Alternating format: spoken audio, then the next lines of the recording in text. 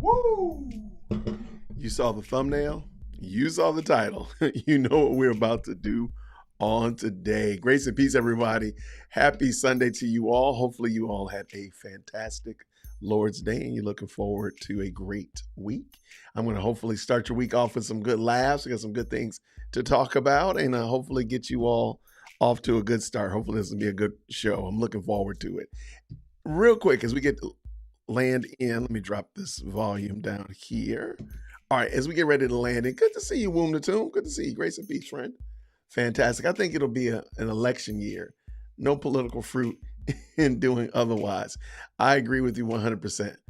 This is going to be a very interesting year, to say the very least.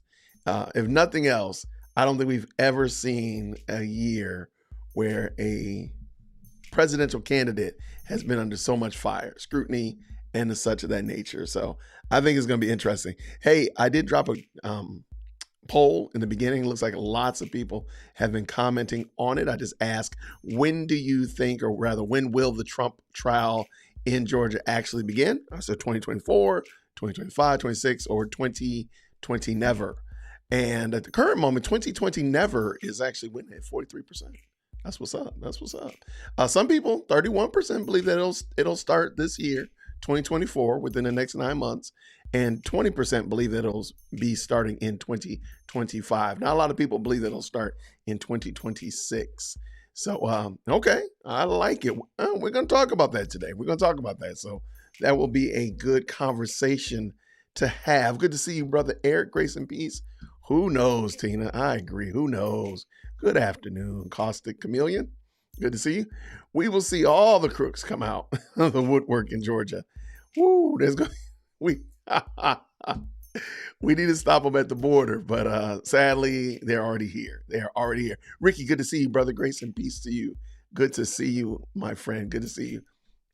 So my point today is there's an article running around where Fani Willis is talking about how she wants to expedite, get this thing going. And I think it's kind of interesting because we're going to look at a couple of reasons why I don't believe that this case is even going to see the light of day. I know I'm going big. I'm betting big. Like the final 16 bracket. You got a lot of Cinderellas on your bracket, right? I'm that guy. I don't think this thing's going to see the light of day. And there's lots of good reasons why. So today we're going to look at the article, of course, that I'm referring to. We're also going to listen to a couple of smart people that are discussing this matter. Phil Holloway, shout out to Phil Holloway. He's an attorney here in Cobb County, Georgia. Shout out to him. He's interviewing another prosecuting attorney, Rachel, who's here in Georgia as well. Then we're also going to listen to Ashley Merchant. And as much as I would love to have them in the studio and interview them, we're just going to be looking at some interviews that they did. And I want you to just think about how unprepared Fani Willis is. So I got a story to tell you, a little story time with Uncle Dear Woke Christian. So imagine Sarah. Sarah wants to be an Olympian, and she is ready. Tomorrow is the big foot race to qualify to go to the Olympics. And so she goes to bed. She wakes up in the morning to panic and fear because she is unprepared. Not only is she unprepared, she overslept. So she rushes, grabs all of her stuff to get to the stadium for the trials. Well, by the time she gets there, the other athletes are already warmed up. They're actually getting into the starting blocks. And she looks down at her feet and realizes she doesn't have her shoes. So she rushes back home to get her shoes. And of course, by the time she gets back, the race is already done. Everybody's finished. And she can only sit there and stew in the fact that she herself let herself down. She was not prepared. She didn't do all of the things that she needed to do to make sure that she was there ready. So what does she do? She sits down, she pulls out her phone, and she hammers out a hateful blog post and tweet and Twitter to castigate all of the officials that they are sexist and racist and such like that because they did not wait for her to get here because she was unprepared. Well, clearly that story is lunacy, unadulterated lunacy. And I think we all could, if you agree that story is crazy, like, man, it's on her. Like, she wasn't prepared. She didn't do what she needed to do in order to be ready to step onto those blocks at the right time. In the chat, just go and write runner in there. Just write runner in the chat if you can agree. Like, man, Jason, that story is crazy. That's not the race organizer's fault. That's not anybody else's fault. That's Sarah's fault. Sarah did not prepare herself properly. I think we would even go as far to say she should have prepared herself multiple days ahead of time to get ready to be able to step into that starting block, not just the day before, but days, maybe even weeks before, preparing herself so she wouldn't have overslept and so on. So right runner in the chat if you can agree that, Jason, that is the craziest story I've ever heard in my life. That's crazy, man. Nobody would do that. Nobody would rush into a situation frantic, unprepared, in an attempt to prove that they are ready for the big stage. Nobody would do that, Jason. You just made that story up. Nobody would do that. Or would they? I think you all know exactly where I'm going with this example. And though it's a crazy, kind of cattywampus story, that's exactly what Fani Willis did. That's 100% what Fani Willis did when she came marching into that courtroom. We all remember it, the pink dress, huffing and puffing like a Brahma bull coming in there. Nobody was calling for her. She came waltzing herself in there, barging her way in there, huffing and puffing, demanding to be interviewed right then, right there. But this is the problem. I don't think many of us paid attention to this. She was not prepared. She wasn't prepared. Fani Willis was not prepared to get into that stand and actually prove that she was ready for the big stage. You know why? She brought no receipts. She didn't even bring her cell phone. She didn't even bring a checkbook. She didn't bring anything to prove that she had done the things that she said that she had done, like paid Nathan Wade back. She brought none of that stuff. No evidence, no proof was there. We were only supposed to believe her because why? Because she was a woman. We're supposed to believe her because she was a black woman. We're supposed to believe her because she's the the DA. We're supposed to believe that. That's the only reason we're supposed to believe it. Take your word for it, but never, ever, ever challenge what she said. That is foolish. And I want to point that out today. So real quick, let's go ahead and jump in and talk about this fun article. I think you all will enjoy it. We have some good conversation around it. Did I do this right? I did it right. Come on. Yeah, let's go. All right. Exclusive. Georgia DA plans to press ahead in effort to put Trump on trial before election. Now, the election is November. In order to put him on trial before election, that means this case would need to be, I think it's fair to say, it needs to start tomorrow. And we're going to look at two cases that are running concurrently in Fulton County right now in our later segment. We're going to look at those. There's no hope in the world. I'm just being honest with you. There's no hope in the world that they're going to have a jury ready for, and she's going to say August. So we're currently right now, let's just say April for laughs and giggles, April, May, June, July, August. That's 4 months to select and panel a jury. Let's look at that. But again, I'm going to stand on it. This is never going to happen, but let's find out why. All right, let me put my article up on this side as well. All right, here we go.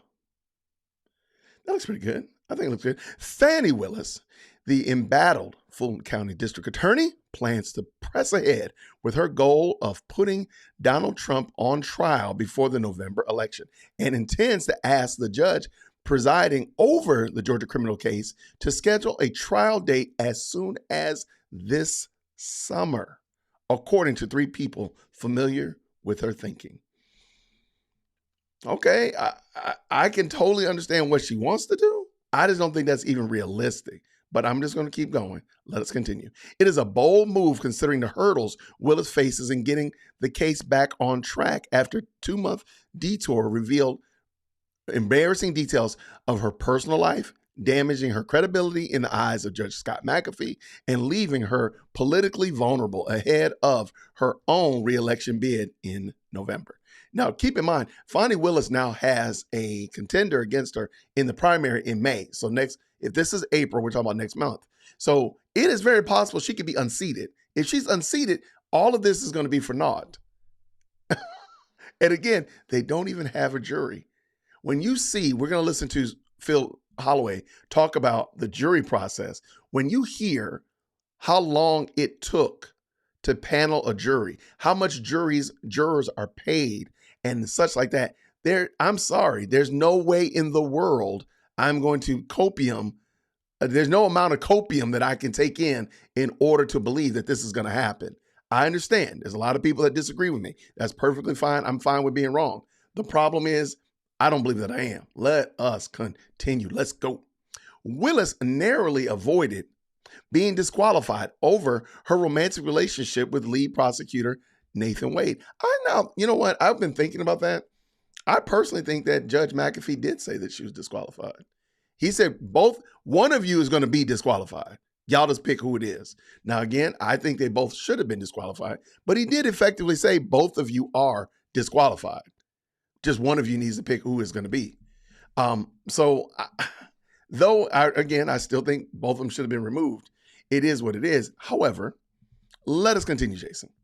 Avoiding prosecutor Nathan Wade, who resigned last Friday following a blistering rebuke from McAfee, public questioning both Wade and Willis's decision-making. On Wednesday, McAfee granted requests from Trump and his co-defendants to seek an appeal, meaning the threat of disqualification still hangs over Willis. All right. I, as many of you all have said, you feel like Judge McAfee kicked the can down the road. I agree with that, though I think he should not have done that. He kicked the can down the road. So what does that mean? The can is still clanging and banging down the road. It hasn't stopped.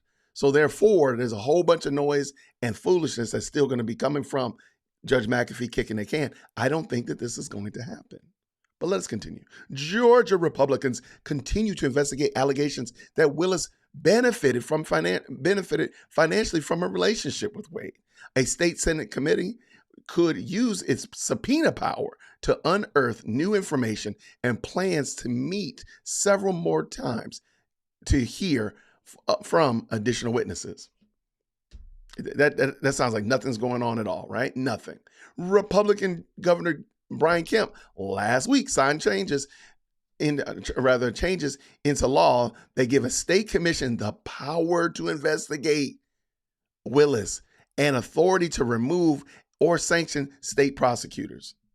And let me just say, it's not just Willis. They now have the power to hold any DA in Georgia that doesn't push forward with a case. They now can bring a case on them. So now there is a checks and balance system. And now, of course, Willis is the most glaring example of that. However, that's not just germane to Willis. I don't want it to sound like they're only picking on poor old Fani. But no, that's for everybody. So let us continue. So that's 3 cases already. We got the appeals. 2 problems already. We got the appeals and the committee right here in the state of Georgia. Let's go. Willis's rock solid political standing has also been shaken. This month, Democrat Christian Wise Smith, a former Fulton County prosecutor and Atlanta solicitor.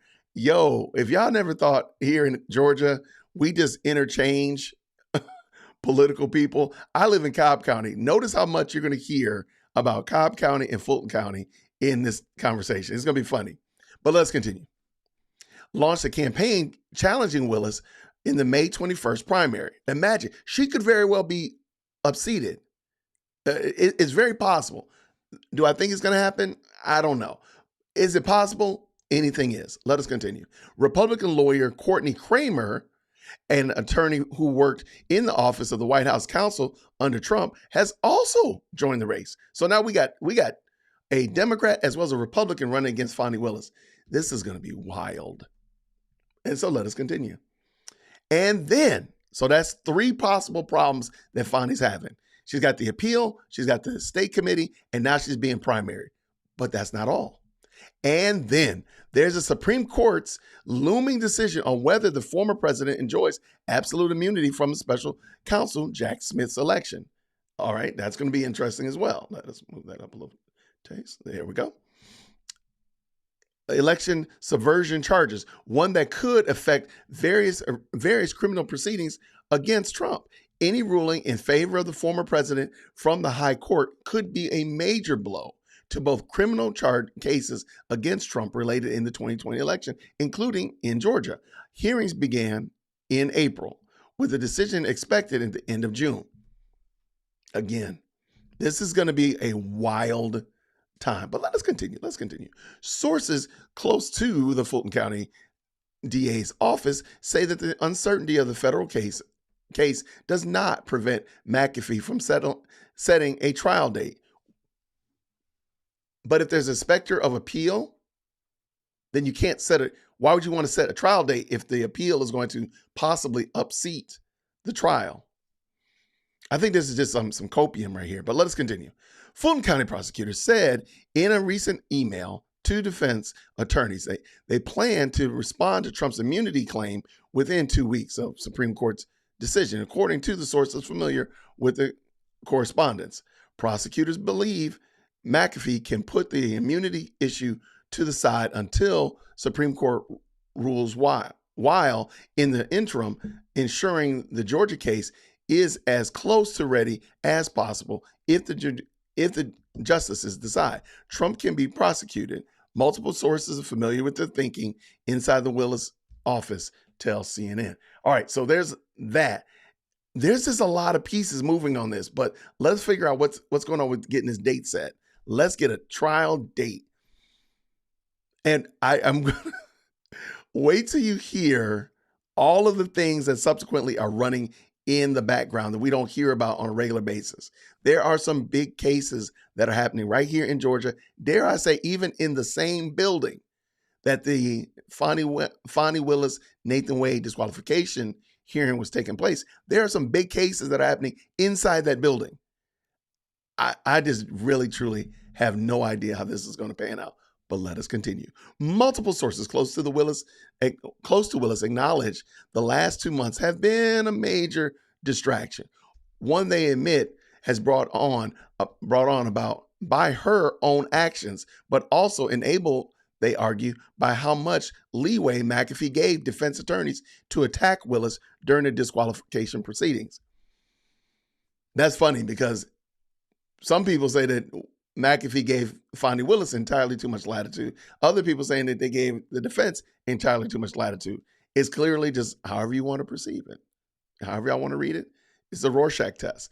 Basically, this is a 2-month sideshow that the judge should have not even let happen, one Willis ally told CNN. But it's over, and the judge finally came to the right decision. And so now we're back to where we never should have left, which is these people are under felony indictment. Let's get the trial date. Okay. I think that sounds so much like Senator Jones. It sounds ridiculous. It sounds just like Senator Jones. Let us continue. Sources close to Willis tell CNN that the DA's office is effectively ready to go to trial. Now, this right here, I just want y'all to think about it.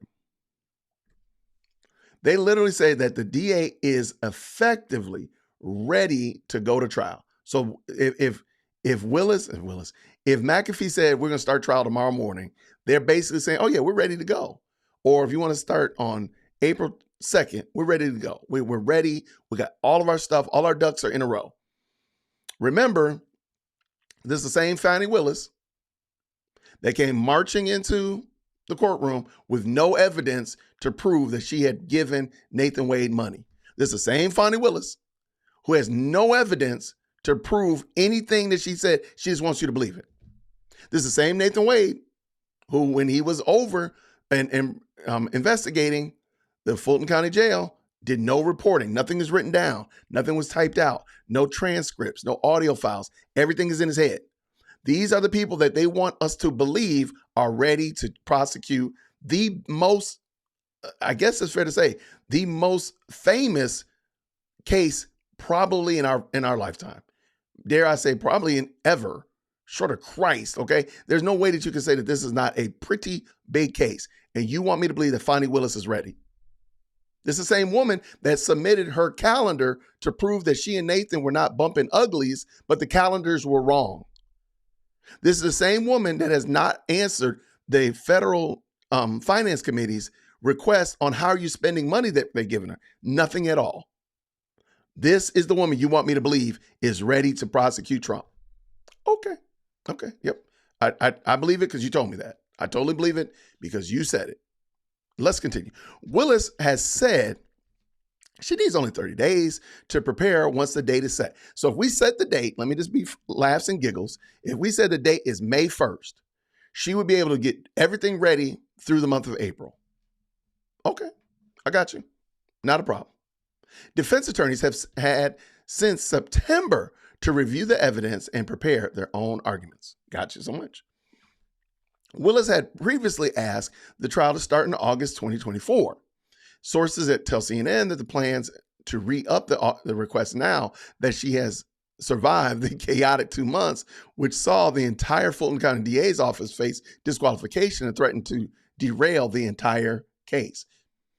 It's unclear exactly when Willis will make her second request of McAfee to set a trial date. The Fulton County District Attorney's Office has declined to comment to CNN for this story. I'm sorry. I just don't believe that they are going to be. And even if they are, because please understand, the defense is ready. And we're going to listen to Ashley Merchant. They're ready. I don't think that anybody would say they don't seem ready. It's whether or not Fani and them are ready. Because please understand, they're going to go first. They would go first. So they would be starting out from the go. So again, Abate would be, I don't know, doing opening statements. Really? Is that what we're supposed to believe? Okay. All right. No problem. If you want me to believe that, I'm going to believe it because you told me I should believe it.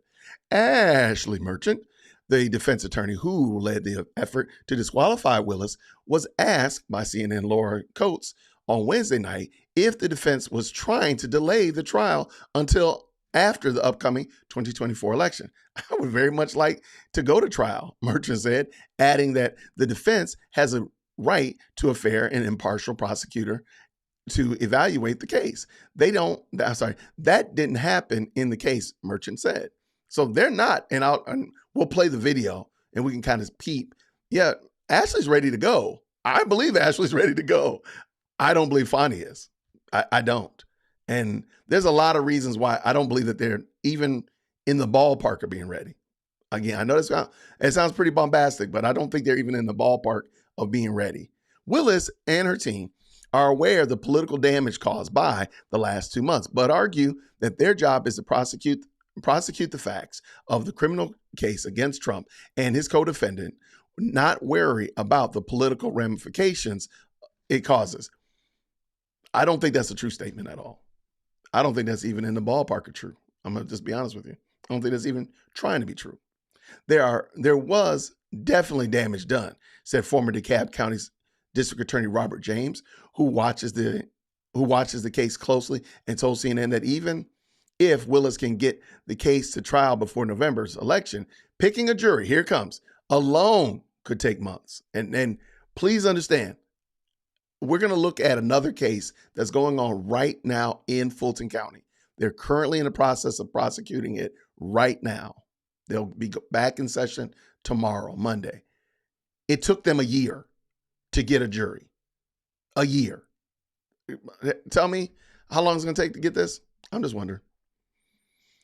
Picking a jury alone could take months, especially with so many defendants. And please keep in mind, since Fani is the queen of RICO, she's got 20 people that she's prosecuting in this RICO whoop-to-do. 20. Now, granted, she started out in the case that we're going to look at, she started out with 28.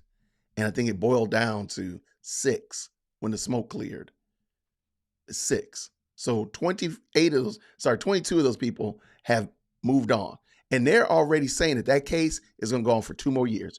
24 more months. Okay. Ultimately, some of the prospective jurors that watched those hearings have formed negative opinions of the DA and this case, said James. It was always going to be difficult to get a fair and impartial jury. The hearing on the motion to disqualify just made it more difficult.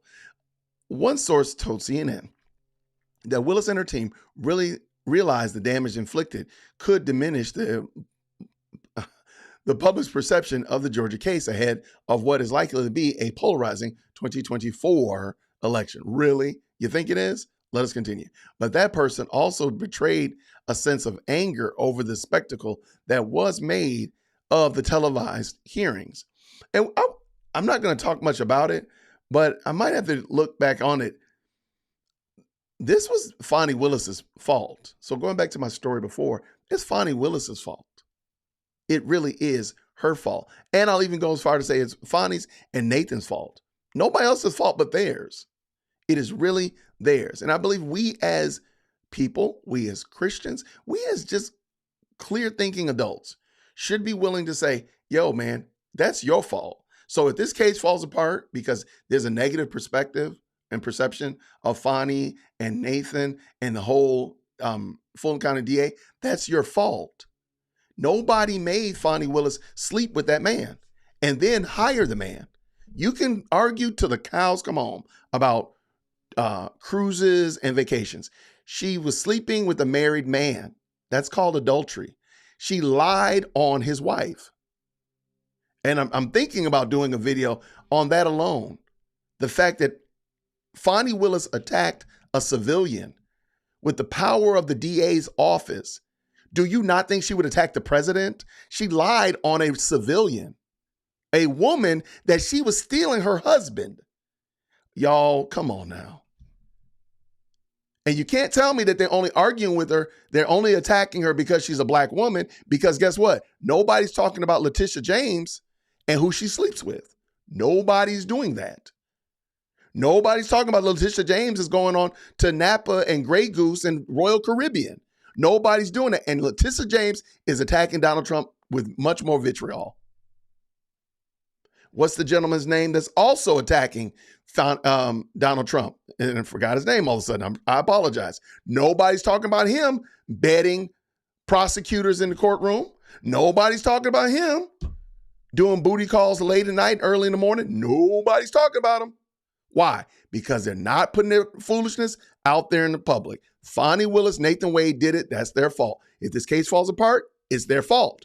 They have to eat that. They have to be responsible for that. They can't say it's because I'm black, because I'm a man, because I'm this, because I'm that. It's because I am incompetent and I fumbled the ball. That's what needs to happen. End of the day. So just go ahead and embrace that. Wrap your arms around it. Give it a good old hug and say, this is my fault, Fani. This is my fault, Nate. This is y'all. This ain't nobody else. You can try your best to point at Merchant. You can try your best to point at McAfee. But at the end of the day, when the smoke clears, it's Fani and Nathan's fault. Nobody told her. Thank you so much. Jack Smith. Is that his name? Jack Smith? That name sounds weird. Okay, it might be Jack Smith. I apologize. But it's nobody else's fault. And that's the thing. We as adults must hold other adults responsible and accountable for their behavior and their actions. That's it. If we're not willing to do that, then we cannot move forward. We're going to sit here in this malaise and never get better because we're going to always point at other people as other folks' fault. It's your fault over there because I'm black. It's your fault over here because I'm a man. It's your fault over here because my beard is gray. It's your fault over here because I got a blue hat on my head. Really? Are we really that ignorant? So again, I know a lot of people are not going to like that, but at the end of the day, this is Fani's fault. Let's just be honest. It'll actually free you up. You can still not like Trump. You can still want whatever it is as relates to the election whoop-de-doo. You can still want that. But in the same breath, you can say Fani Willis is wrong as two left shoes. You can say that, and you can say I want Trump to be held accountable. Those things can walk hand in hand together. But one, Fani Willis is being persecuted because she's a black woman, this, that, and the third, and I want Trump to be held. That doesn't work. They're going in two different directions. They're going in two different directions. You want Trump to be accountable, but Fani doesn't have to be accountable. You want Trump to be responsible for what he said or did and tweeted out, but you don't want Nathan to be responsible for the fact that he's a whole married man cheating on his wife. Come on, y'all. Come on. Come on. We can do better than this. We can do better than this, especially if we are black people, the high melanated crowd. We've got to hold each other accountable to this stuff. We got to say, you're wrong. You are wrong. And if the case falls apart, that's on them. If the case falls apart, it's on them. Please understand, I'm calling Nathan out because Nathan is married. I'm saying Nathan is wrong. Fani is wrong too because she knew the man was married. She threatened the woman.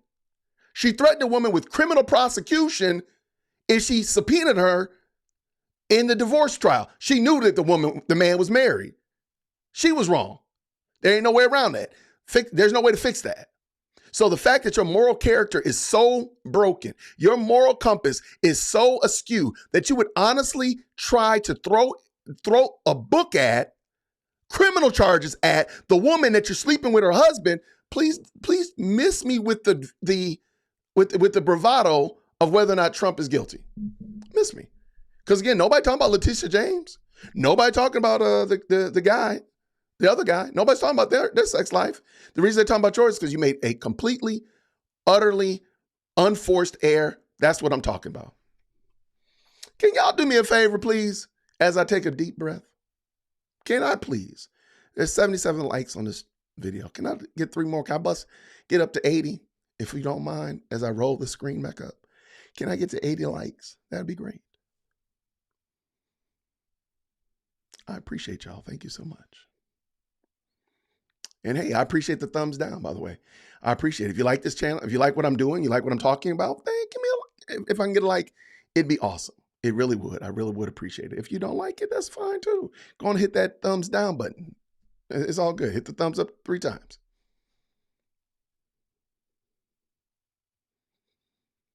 Please understand, I am saying that it's on Nathan. Please understand, I have a whole video for Nathan Wade. I got a whole video for Nate. I got a whole video for Fani too about their indiscretions. They cause the problem. When this case hits the dirt and fumbles and falls flat and completely dissipates, it will be their fault. I got an end zone dance for it already. But even if they get the case and they convict Trump, it won't stop anything. I'm going to still say Nathan is a dirty dog, rotten, low down, good for nothing. And Fani is no better. So there we go. I'm probably going to get brought up on RICO charges. That's why the super chats are so beneficial. God bless you. Willie Doc coming up in here. Casting call is amazing. Look, Willie Doc is helping out the Dear World Christian RICO Defense Fund. Thank you so much, man. They're going to probably put me on RICO for this. Hey, yo, good to see you, man. Independent Mail in the building. Says shots fired, RICO charges inbound. Look, they coming. Yo, Independent Mail, great YouTuber right here in the metro Atlanta area. Actually, he came to the studio last week and he and I sat down and did a fantastic conversation, just kind of talking about what his channel is about. If you could, do me a favor. If you like this channel, trust me, go check out Independent Mail. I'm hoping that the moderators will drop his link in the chat. Go check out his channel. Just go and hit open tab, open in a new tab, and do that after we get done with this one. Don't leave me now. But please go check out Independent Mail and support him. He's doing great work. He has a great perspective. He and I don't always agree. He and I disagree on some topics. And I think that's the best way to handle things. We should disagree. We should be willing to disagree and still break bread. He can come back to the studio at any time. So thank you so much, moderators. If you could help out, that would be great. Why do I always play other people's content? I'm waiting for you to produce your own content, Lamont, and I'll do your content. How about that? I appreciate it. Thank you so much. All right, let's keep this game going. Let's roll. All right, judge rolling up his sleeves. Let's go. Since his disqualification ruling, McAfee has indicated he is ready to continue moving forward, with sources familiar with the case saying he has asked attorneys on both sides about how to proceed with the pretrial motions. They still have pretrial motions to, and they haven't even selected a jury. When we go back and look at Phil Holloway and how long it's going to take, prospectively, how long it's going to take to select a jury, I'm sorry. You can believe that this is going to happen this year, and that's perfectly fine. Copium is free. It's perfectly free. It just doesn't make reality. Let's continue. Recent communications from McAfee indicate questions about which motions need oral arguments and what needs more briefing before he can rule on them, one source told CNN. He's rolling up his sleeves. One source said about McAfee, that's not a discount of the fallout from last week's 23-page opinion from McAfee, which amounted to a highly critical rebuke of Willis' actions, describing her relation with Wade being the source of bad choices. To me, that's an understatement. It's more than just bad choices. It's more than just bad choices. It demonstrates, and the fact that Nathan Wade lied on his divorce documents. And you know what? Watch this. And I'm going to save this. You know what? I'm just going to go ahead and do it now. You know, Nathan Wade lied about whether or not his wife had an extramarital affair. You know how you know? Because if she had an extramarital affair in Georgia, she would not be eligible for alimony. And she has alimony. So therefore she lied. You know that Fani Willis lied when the Scorpion Queen subpoenaed Fani Willis to come and testify in the divorce hearing because they didn't know where Nathan worked and where the money was coming from. And Fani said that she knew nothing of value that could be of value to the Scorpion Queen. Then in the same motion or reply to the brief, to the subpoena, she explained that Jocelyn Wade had an extramarital affair. How did you know that? How did you know that? See, remember, the person that told y'all that Jocelyn Wade had an extramarital affair was Fani Willis. The same woman who lied about paying Nathan back. The same woman that violated her oath of office by lying on the stand. The same woman who didn't follow the rules of a $100 gift. That same woman told y'all that Jocelyn Wade had an extramarital affair. I don't know if she did or didn't. I don't think it's actually germane to the case, but Fani Willis put that out there. She lied to y'all. I know you're mad. That's fine. Go ahead and get over it. Give yourself a little hug. Get yourself a little bit of whatever your beverage of choice is and get over it. She lied to you. And she's shown a long stem pattern of lying to you. And I'm going to take a quick station break. April said, who's the Scorpion Queen? The Scorpion Queen is Jocelyn Wade's divorce attorney. I think her name is Yeager. I think it's Adrian Yeager. Don't quote me on that. I did a video on her. And in the video where she's talking about this whole thing about Jocelyn Wade, she has this gigantic brooch. It's humongous. And it's a scorpion. I just thought it was kind of neat. I don't know much about it. I don't know much about her, but I just thought it was kind of neat. And I called her the Scorpion Queen. And she seemed like a nice lady. And I said, hey, I call her Scorpion Queen. We're just giving people names here. So there we go. But let's keep going. Okay. Then in Georgia, why is he paying alimony? Again. And I don't actually benefit. I don't even give Nathan the benefit of the doubt. Please understand, Nathan is the one that lied about where he was working. Again, Nathan is the one that was holding the money in his IELTA account. There's a lot of reasons why. Please call me skeptical. Please call me a skeptic, a curmudgeon. Please call me a contrarian that I don't believe Nathan Wade. Sorry, I just don't. Let us continue.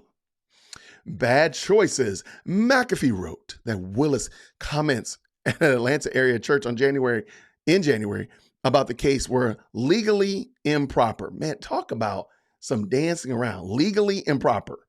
What does that mean? She shouldn't have did it. She's wrong. She should have threw her out on her ear. Because I wonder if I could have done that. I wonder if Young Thug, we're going to talk about the YSL case in a second. YSL case. I wonder if Young Thug can do that and be legally improper. Let us continue. Maybe he can say that the rap lyrics that they were holding against him are legally improper. They were improper. Let us continue. Let us go. He also warned of a potential for a future gag order against Willis, but said her church comments were far enough removed from the jury trial that it would not establish a permanent taint of the jury pool. Is that copium or not? I don't know what milligram of copium this guy is on, but that is a high level of copium. If you want me to believe that what she said at Big Bethel AME Church during the MLK speech did not taint the jury pool. Okay. If that's what you want me to believe, I guess I just got to go with it. That's what they want me to believe, then, that's what we got to do. Let us continue. Let's get done. Michael Moore, a CNN legal analyst and former U.S. attorney in Georgia, questions whether Willis should even remain on the case and says if she does, she will need to show McAfee and the public that she is in complete control. To me, I don't think it's control. That's the problem. It's not in control. She was in control of Nathan Wade being paid 2 times as much as her. She was in control of giving information to the Scorpion Queen about Nathan and Jocelyn's divorce. She was in control of a lot of things. The problem is being in control and being right don't have to be the same thing. They are not the same thing. So she could be in control and be wrong as 2 left shoes. She can be poised and calm and have a well-poised demeanor and speak clearly and be just as wrong as if she was huffing and puffing and blowing somebody's house down. It doesn't matter. She's wrong. That's all. That's it. Let us continue. Let's get done. Let's go. There is no question that the progress of the case has been impeded by unnecessary speed bumps and detours. Who put the speed bumps there? That's my only question. Who put the speed bumps there? That was Fani and Nate. Thank you so much. That's my point. She simply cannot afford another unforced error. Oh, baby, there's enough unforced errors. They're already running the score up at this point. The score is already run up. I like the positive nature of this, but please understand, the score is already being run up. It's like a pre-K class playing against Steph Curry. I mean, and he's just draining threes from all over the place, out in the parking lot, over at Steak and Shake and everywhere else. I mean, it's just happening. It's just happening. But let us continue. The results in additional unfavorable comments question her candor or judgment. I don't know what else there is to consider. I don't know. I don't see why we need to pretend like we're not talking about adults who are responsible for their adult behavior and say you're wrong and your said adult behavior has ruined the opportunity for you to do whatever it was that you were going to do, good, bad, or ill. That's it. It's okay to say that. It's perfectly fine to say, yeah, you had an opportunity and you fumbled it. You totally fumbled it. And nobody's fault but Fani's. Nobody's fault but Nate's. There you go. It's not Ashley's. And we're going to talk about, we got Ashley in a second. It's not Sadow's. It's not McAfee's fault. It's Fani's fault. And Fani needs to admit that. But if you don't mind, my good people, there's 131 people that have thumbs up this video. And then you know what? Because of that, you get something special. Welcome back to season 2 of As the Peach Rods. In this gripping second season, we delve deeper into the heart of Georgia, in a state where the odor of mendacity lingers in the air. Our intrepid team of chat room investigators is on a mission to peel back the layers of deceit and uncover the truth. From backroom deals to embezzlement scandals, no stone is left unturned in our pursuit of justice. But as tensions rise and alliances shift, who can be trusted in the Peach State? Join us for a season ripe with drama, where even the fruit isn't safe from corruption, because sometimes the juiciest scandals are right under your nose. I actually forgot to run that video before we started. So yeah, this is As the Peach Rods, the daily drama, the daily shenanigans, chicanery. Thank you so very much for checking it out. Now, that's the Fani's case for why we need to move forward and why we need to jump into this, and they need to be able to have this case, run this case before August. I really want you to think about the ramifications. Again, you can totally disagree. Think that Donald Trump needs to be held accountable, thrown under the jail. Whatever your opinion is, that is not what's in play right now. I'm only asking you, do you honestly believe that Fani Willis will be able to properly and dare I say, impartially handle this case.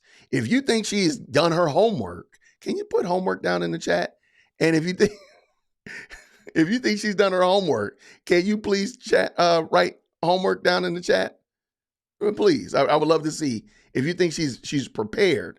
And what I mean by that is you feel comfortable that she's going to be able to do this with all of the other shenanigans and chicanery that she brought upon herself, that she's going to be able to handle that.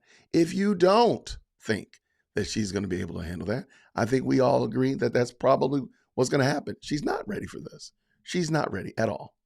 Yeah, there's no way. There isn't a way. She could say that to the cows come home. And we're gonna listen to Ashley Merchant. The dog ate her homework. Come on there. That's it. That's it. We're gonna listen to Ashley Merchant in a second, and she kind of highlights the fact that they're ready. And I'm sorry, I believe when you go back and listen to that closing arguments, when you listen to the disqualification, I'm like, that team would be ready. If they told me they're ready, I believe it. Abate and Fani and team, I'm sorry, there's no way I can believe that. Let's bring Ashley in and let's just see what they say. Oh, before I go too far, I want to make sure there are some other content creators I want to shout out real quick. I do see April in the building. Thank you so much, April, my sister right there. If y'all could, please go holler at April and let her know that Dear Woke Christian sent you. April says, first of all, she stood in that pulpit and lied. I mean, sad to say, I think that was probably not the first error, but it definitely was an egregious one. Hands down, no question there whatsoever. And of course, my brother right here, independent male, a DA and a judge acted no differently than anyone else in zone one when on the stand. All right. Thank you so much. Appreciate you, brother. Q, if you could, please. I know Kiana is now a content creator as well. She started her own YouTube channel. If you could, please drop your link in there so we can make sure we check out what you're doing and support you. That would be great. All right, what we got? There we go. Blackbird 281 says she's not interested in justice. She's trying to win. And I think that's going to be problematic because when you try to win above finding justice, you're going to hear from several other attorneys that we're going to listen to clips from. That's where problems come in because it becomes win at any cost. Or, I mean, when you run on the platform that I'm going to take down Trump, you set yourself up for a pretty high and lofty goal that you feel like you have to reach, and anything less than that, you're not gonna be satisfied. All right, let us go. All right, how do we feel about this poll? Let's look at this poll real quick before we jump too far. I think most people feel that, man, this thing went from 2020 never has now secured the place of 60%. Wow. Okay. Man, that is crazy. Let me ask you this question. And mostly, I actually saw some people type this in there. I don't know how you all knew my poll question, but you guys are brilliant. Maybe cheating on my notes or something. How much do jurors make each day? Does anybody know? I'm gonna set the poll, so don't even type it in there. Man, this is let's go with let's put in some big bucks in here. How much do they make a day? And we're going to go with, I think it's the same amount everywhere. I could be wrong, but I just dropped the poll right there. How much do jurors make? I love it. Yeah, that other poll, man, that thing, 2020 never just took over real quick. All right, let's see what y'all saying. Oh man, most of you all are apt students. You all know how this thing goes. Wow. How much do they make a day? Wow. Okay. All right, let's listen to Ashley real quick. This is a rather short one, but there's something fun in here for you as well. Let's go. Hey, Ashley. I didn't have any help. So, I think it's important to look back at how this began. This was me. This was not an effort by anyone else. I filed this alone. And if you look back at the timeline, I filed this on the deadline that my motions were due. Nobody joined my motion for well over a week. And you even see Donald Trump's lawyer in court a few days later saying he had to evaluate whether or not he was even going to join it. So I think that is clear evidence that this was not an effort. This was not an effort by anyone else. And so I know that everybody likes to sort of lump all of the defendants together and say, oh, well, this was, Donald Trump's motion, or this is his lawyer or something like that. I represent Michael Roman. That is who I represent. That is my duty. And I was the only one that filed this motion. I had help once they all joined, and I was very pleased to have the team, surround me and embrace the motion and embrace all of the evidence that I had developed. But I want to be clear that this was not a motion filed by anybody else. This was something that I had developed on my own. And I appreciate Ashley there, because I wanted to point out, and she answered a lot of questions. The link is down in the description of this video. It was her interview on CNN. I just want to get a couple of snippets out of there. She points out something that a lot of people didn't know. She just did this on her own. She was not helped by Sadao. She was not helped by Grandpa. This was her own doing to help her client, Michael Roman, and others jumped in once they realized that it was a good argument and that she was making a solid case. So I just thought that was interesting, because we wanted to hear from her, but she's going to talk about a couple other things as well. So let's pull them back in and let's go. And it's unfortunate that their conduct is what led to that. But we did uncover a lot of conduct that I do think undermined their credibility, rightfully so. I think there's a lot of questions on their credibility. I think there's a lot of questions on misspending. There were a lot of things that we were not able to bring because it wasn't relevant. So there were a lot of questions that you would hear objected to, and I was not able to go into because of relevance, particularly the money issues. So we weren't able to establish all of that because we weren't permitted to go into that because of relevancy grounds. But I do think that now there's a lot of other entities that are investigating, and they'll be able to determine, hopefully, whether or not there was any misspending of public money, whether or not there were any other things that were going on that were illegal.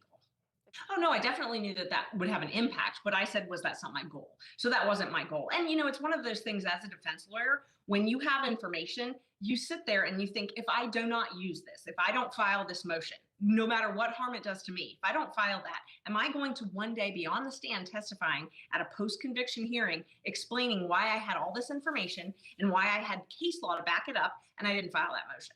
And so that's what we're in a position. A lot of folks don't, who have never done what we do, who've never done defense work, may not understand that when we have this information, and Mr. Bradley called me and gave me all this information, I followed up on it and I tracked it all down. But once I had all that and I had the case law that supported my arguments, I had a duty to bring that motion. So if I had not done that, I actually would have been deficient in my own performance.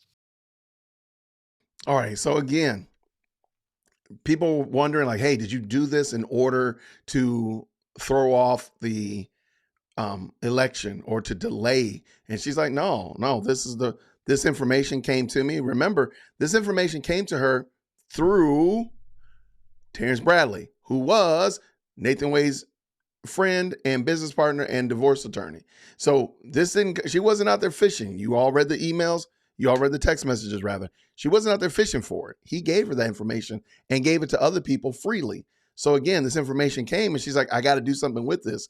And I cannot allow this information to not be shared. And I think that's the right thing to do, because if this information did not get out and she did not share it, what could have possibly happened? I totally get it. I mean, her client could have been indicted on foolishness that he was not even a part of had she not shared this information. It's something to think about. Well, the judge did not think he met the burden, but taking a big picture for a second. I mean, we all remember this moment when Fani Willis, the DA, held up the paperwork and the motions, actually requested the motions that she could hold up for you in court. You accused her of lying. She accused you of the same in open court. How do you respond to that?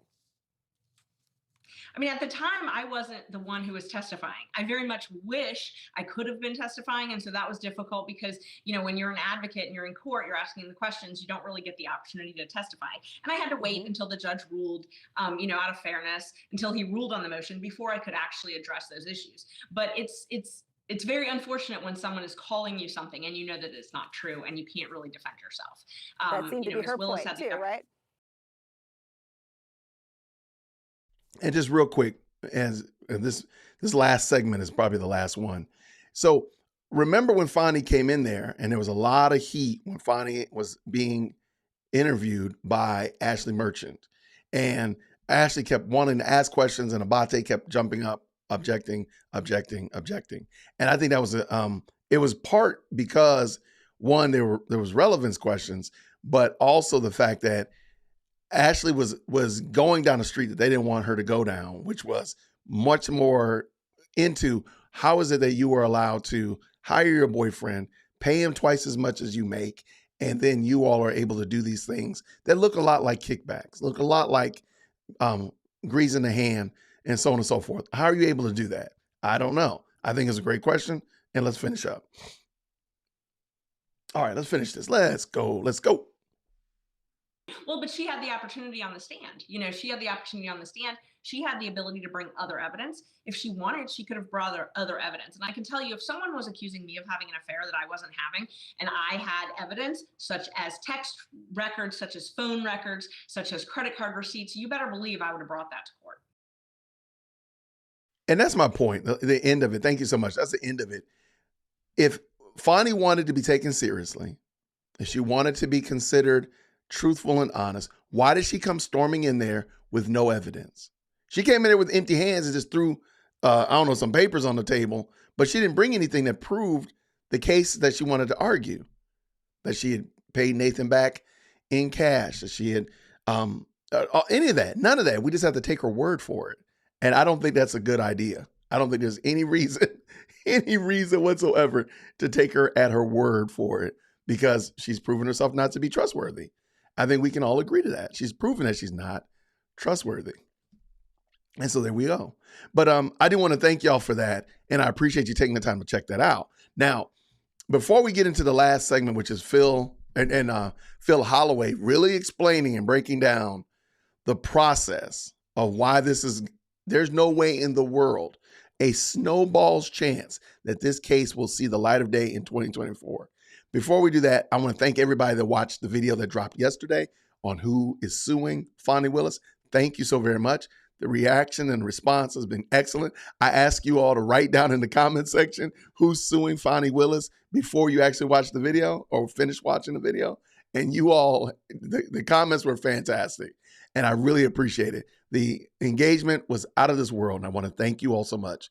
Also, if you are interested in Fani Willis's keynote speech before the International Women's Day Gala, that video is on my channel as well. You're welcome to check it out. It was for my Buy Me a Coffee and YouTube members first, but now it's available to everybody. So please check it out. It's about 20 minutes or so. It's just, you can hear her giving her lecture and her speech. And the video is called You're Not Esther. A modern day Esther, because she equates herself to the biblical character of Esther out of the Old Testament, which was just completely mind blowing. But I'm not surprised. I'm not surprised whatsoever. Depending on her audience, she moves in certain ways. However, and when I watched that video, I did kind of point out we might need to tamper down our enthusiasm of her losing her primary seat, because there were a lot of women in there and they were all excited about Fani, and they knew all the stuff that we know. They knew all the stuff that we've seen, and they were still all excited about Fani. So I don't know. I'm as it relates to her primary upseating her, I think it would be really serendipitous and extremely ironic if that happens. I'm not really believing that because there's a lot of people that want to see her remain in here, remain in this position to do what it is that they want her to do. So there's that. All right, now let's get to the end of the party. We got Phil Holloway, fantastic attorney. Hold on. There's been a lot going on. Sorry about that. Let me pull myself in a little bit. Phil Holloway is an attorney here in Cobb County. And shout out to Phil. He has an outstanding channel. If the moderators could go ahead and drop his link in there as well. And he's been doing a yeoman's work of interviewing and speaking with people related to the Fani Willis, Nathan Wade disqualification case. Today, he's going to put a pause in that, and he's going to talk to a former prosecutor and just talk about the overall tenor of Fulton County and all of the things that are going on in Fulton County. This is why I'm telling you right now, there's no way in the world When you hear what Rachel and Phil unearthed as it relates to just the basic operations of Fulton County Superior Court and Fulton County Judicial Campus, you can want Trump to be brought on charges in 2024 before the election. You can want that. Not a problem. The problem is that's probably not going to happen. There's no reason to believe that's going to happen. But I do know what else could happen. I believe that I can get 26 of y'all to give me a like on this video. I got 174 people that like this video, and I would love for it to hit 200. And in the meantime, let me give a shout out to my sister, Jarena. Good to see you, Jarena, follower of the way. Another fantastic content creator. I am so happy that other content creators stop by the channel to check out what I'm doing. And if y'all could go by and check out what Jarena is doing on her channel, man, that'd be great. She's doing an excellent job of discussing cultural issues from a Christian female's perspective. I think she does an excellent job, very in line with what April does at the Standard of Truth podcast. I think they both would earn your subscription and you hitting that little bell icon and all that kind of stuff like that. They would earn it. So check out what Jarena's doing. Let me pull it back up one more time. Check out what Jarena's doing over there. Give her a shout. Tell her Dear Will Christian sent you. All that good kind of jazz. And now, with no further ado, let's hear what Phil's got to say. Let's go. In the metro Atlanta area, in the court system, it seems like Fani Willis is dominating the news. It feels like everything is about her. There's actually other things other than the Donald Trump RICO case and the Fani Willis motion to disqualify, and of course the pending appeal. All of those things are still great, and we love talking about them. We're going to continue to talk about them, but we've got other things going on that are in Fulton Superior Court that, quite frankly, are just as entertaining, just as embarrassing, just as ludicrous, and quite frankly, just as sometimes silly, downright dumb. We've got the case in Atlanta where Fani Willis is prosecuting the rapper known as Young Thug. I don't know if you've heard about that, but by way of setting this up. Real quick, before we get there, how many of you all, before we talked about this, down in the chat, can you let me know, had you heard about the Young Thug case? Had y'all heard about it before, somebody mentioned it? Were you, I don't know, if maybe you were a law buff and you've been keeping up with it? Because it's been streaming. I didn't realize that. I almost felt like it just kind of popped up recently. It's been going on for a while. But did you know about this? Had you been following it? How many of you all knew about it beforehand? I'm going to put myself in there and say I didn't know about it. So I'm new to the thug. So I'm a new to thug. I didn't even know who Young Thug was until I saw a picture. I'm like, oh, okay. I didn't know that was him. So most people say no, they had not heard of it. There are some. Absolutely. Absolutely. Yeah, it looks like general consensus is that, a lot of us did not, not until recently. Is person a Young Thug? Person down with the Young Thug. I love it. Melissa said, no. Oh, okay. Caustic says, yeah, I knew about her. Okay, I live in the metro, and okay, take my ATL card away because I sure didn't. Maybe I just wasn't keeping up with it, but yeah, I had not. No. Young Thug, that's his name, Young Thug. I mean, I can't be surprised if my name Young Thug ends up in trouble. I mean, come on, what are we doing? Okay, so Tina says she files a lawyer who talks about it. Okay, I can dig it. No, but I'm old. Don't worry, Jesse. I'm right there, right along with you. Trump mentioned him at a rally? Really? Oh my gosh. They're going to explain negative, Rebecca says. Negative. Okay, so Phil Holloway right here. Again, shout out to Phil Holloway. He's going to explain when he brings his guest on. They kind of talk about what is a RICO charge. Yo. And the contrast between what Young Thug is being charged with RICO for and what Trump is being charged with RICO for is just, it's night and day. It's night and day. Let's go. Before we bring in my guest, Rachel Kaufman, I want to go ahead and sort of set this up for everyone. Back on May 9th of 2022, the hip hop world was jolted with news that rapper Young Thug, a Grammy winner and trendsetter and an Atlanta icon, had been arrested. And it's been there now about 2 years since the artist, whose legal name is Jeffrey Williams, has remained behind bars. He is sitting in the Fulton County Jail. The central charge against him is that the 3 letters with which his name has become synonymous because of his artistic success in launching the Young Stoner Life record label, also known as YSL, Fani Willis says that actually signifies a gang called Young Slime Life. D.A. Willis named Williams among other metropolitan Atlanta rappers and those with ties to the alleged gang. She charged a total of 28 of those individuals in a sweeping 88-count racketeering RICO indictment. The case alleges not only that Young Thug is among the gang members, but he is also the kingpin. One of the prosecutors said at a 2022 hearing, he's the one that's King Slime. A long pretrial process passed to an even longer jury selection process. And over time, the co-defendant list has dwindled now to somewhere in the ballpark of 6. And I think we're going to try to clear that up, but I think it's down from 28 to 6. But in any event, that case is, the trial is underway. It got underway in November of 2023. Jury selection lasted, I think it was almost a year. Pretrial motions lasted forever before that. And now we learn that this case had the odor of mendacity. Oh, man, I did it again. Hold on.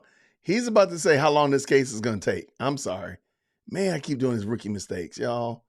Y'all pray for dear Will Christian. Y'all pray for me. Hold on. Even longer jury selection process.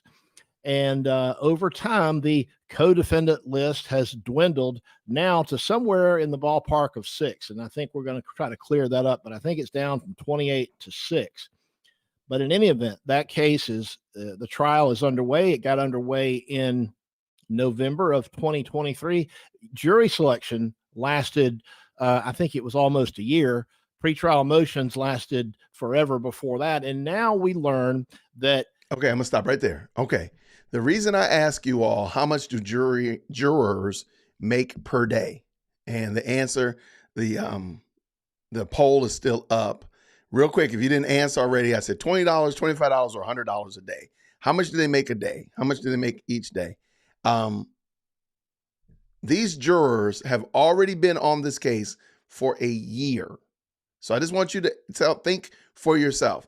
Would you be able to be a juror for a year? And let's just say that they're going for a full 50 weeks, okay? And basically making $500 a week. Would you be able to do it if they're making $100 a day?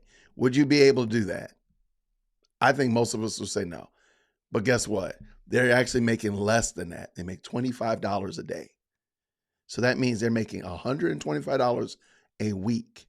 Who in the world can live on that for a year? Now, I stopped it right before Phil Holloway actually gave a spoiler alert out of this world, because this case, you will not believe how long they think this case is going to go. This has already been the longest case in Georgia history. It is going into extra rounds. It's going into championship territory, dare I say. Yeah, watch this. Okay, most people are saying, yeah, I couldn't live off that. I mean, that's some, and so I saw some comments in here, $31, $10, stuff of that nature. I don't think it is. Maybe it's not a set number for jurors based upon cities and whatnot like that.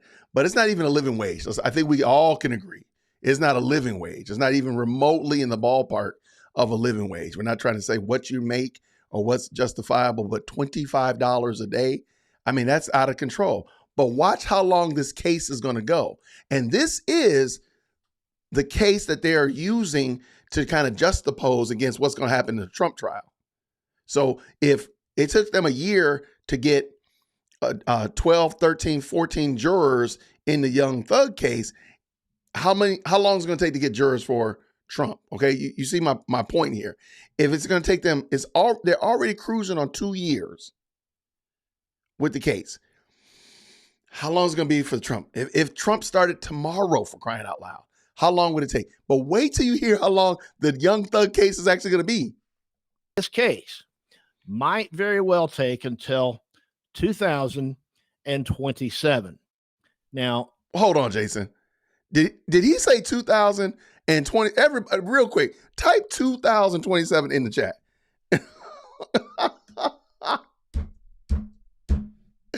Yo. And I'm not blaming Fani on this. I'm not blaming Fani Willis on this at all. Well, a little bit with the RICO charge, but to throw, how are you going to get people committed to being a juror for 3-4 years? How is that going to happen? How does that even work? Again, I'm not arguing about whether or not Young Thug is guilty or not, but come on. So we're already in 2024. So they're saying it's going to go on for 3 more years, 36 more months of getting $125 a week. And they're going to tell stories about how attorneys had to tap out because they're like, look, I can't live like this. I'm going bankrupt as an individual. Who can do that? I mean, I'm sorry. Most Americans, definitely here in Atlanta, we're over leveraged. I think that's fair to say.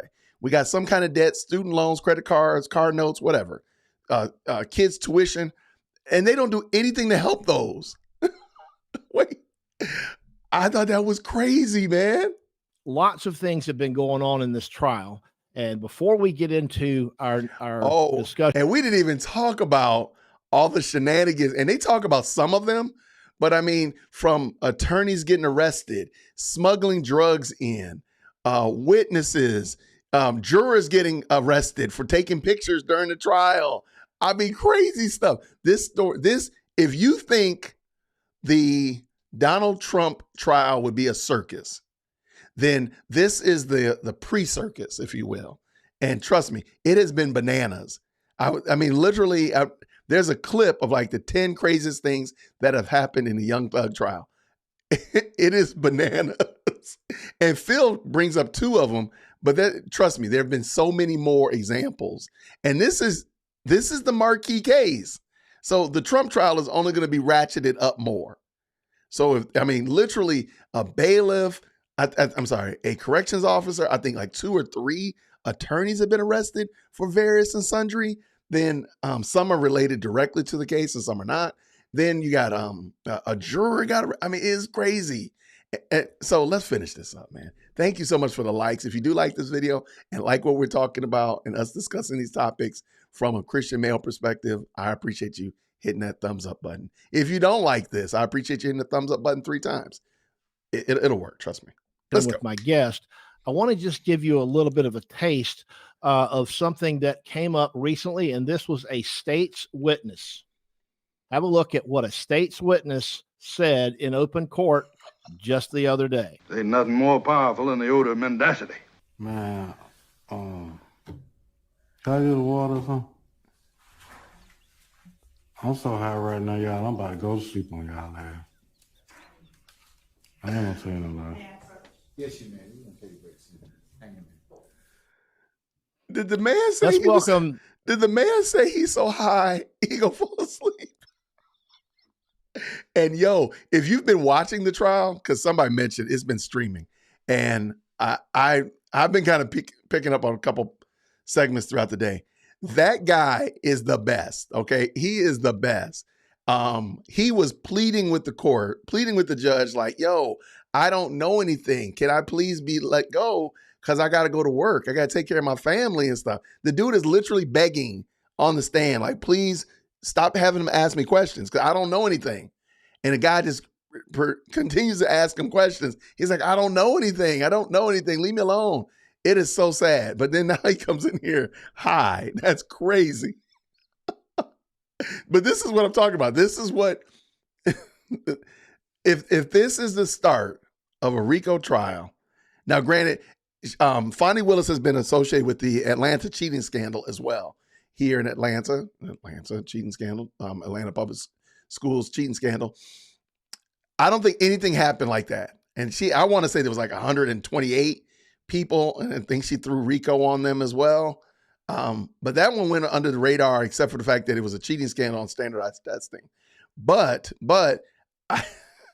this case right here has got to be, and that one was over in a heartbeat because everybody started pleading out left and right and center. This one right here has been bananas. But let's finish up.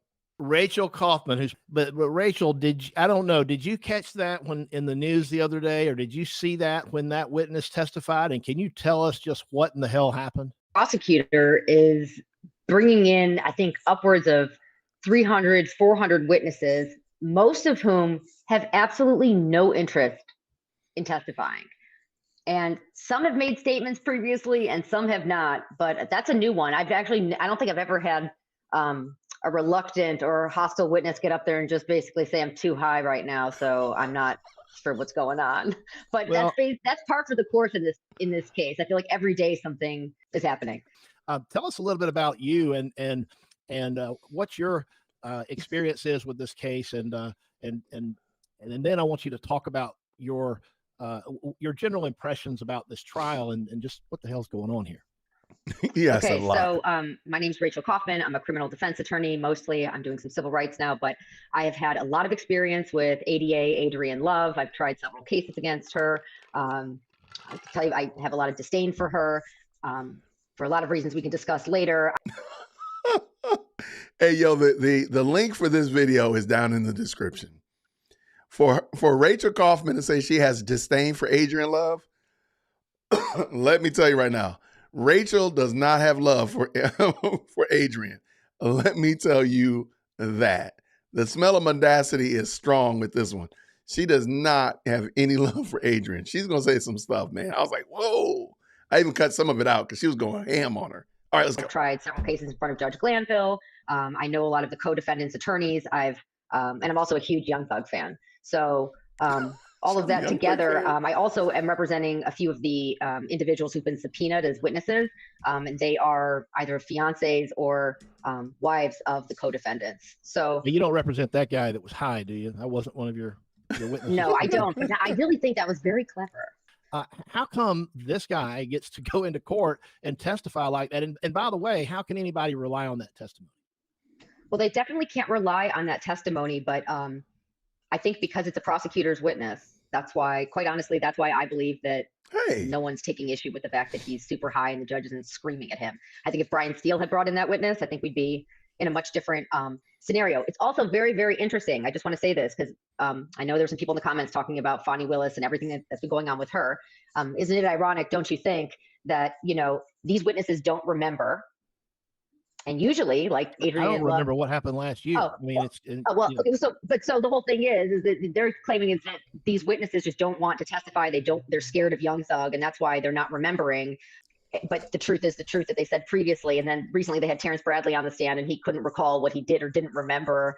And they were trying to make that seem as though that was a legitimate, or he was speculating, that was a basis. So their office is doing incredibly hypocritical things at the same time, which if any of these jurors are watching the news, I believe that they have to be thinking to themselves, because that's the most probably exciting thing that's happened in a while, having to go day in and day out to court. They know Fani Willis is upstairs testifying about her and her lover, and they're all lying.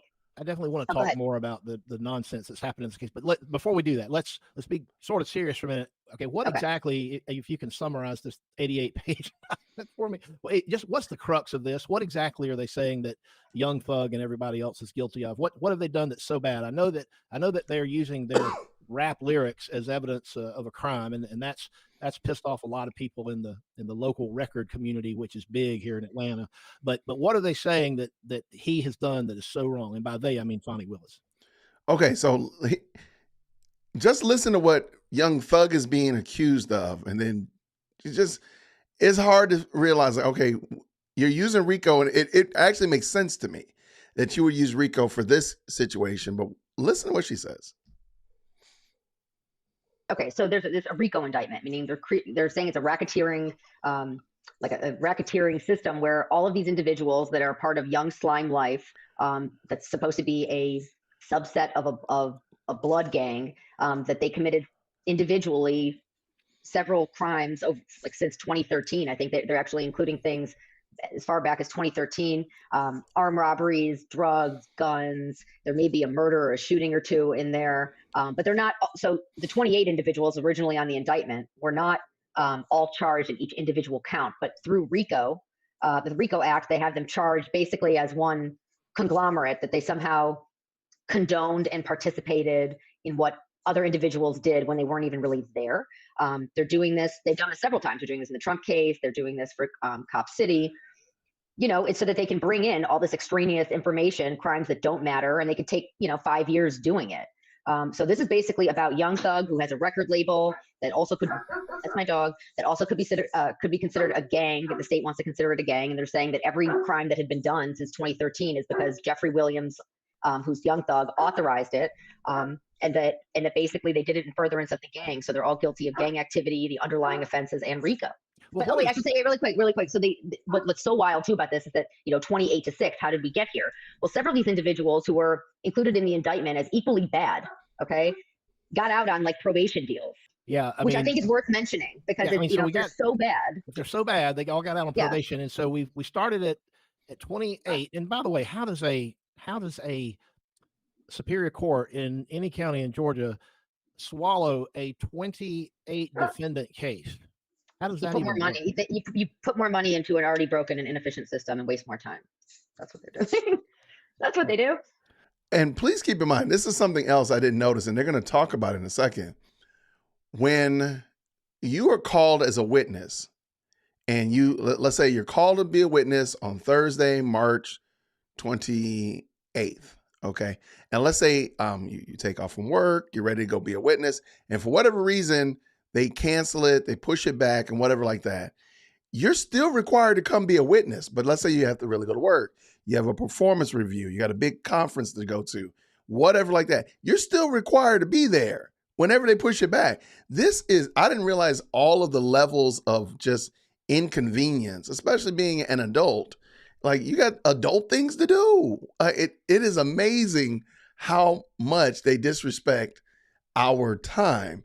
And so as this case is going on, and they're going to talk about it, situations where the case was pushed back, or somebody, the witness went too long on one day, so therefore they had to push it back. Everybody else got moved back a day, and so on and so forth. It is really wild. But let's go bring him back in. Let's go. All right. So I want to, now that we're sort of getting the flavor here, that this trial is also another fiasco that's going on in the same building as the Judge McAfee, Nathan Wade, Fani Willis circus. That's in the same building, going on at the same time, but flying largely under the radar because the media and quite frankly me and a lot of other people have been focused on that. And by the way, I've known this case was going on, and I've known that there's just never-ending shenanigans, but there's just been so much that my brain just couldn't quite absorb it all. So I'm glad you're here to help us out with it. So can you tell us a little bit about sort of some of the crazy things that have happened, going back to even pretrial motions through jury selection? She is ready to talk, Just boy. take your pick. Any one of them will do, and then we can talk about it. I mean, literally, there's a YouTube, I want to say a YouTube channel. I got to find it, where there's literally, they have all of the highlights or lowlights, however you want to approach it, of the Young Thug trial.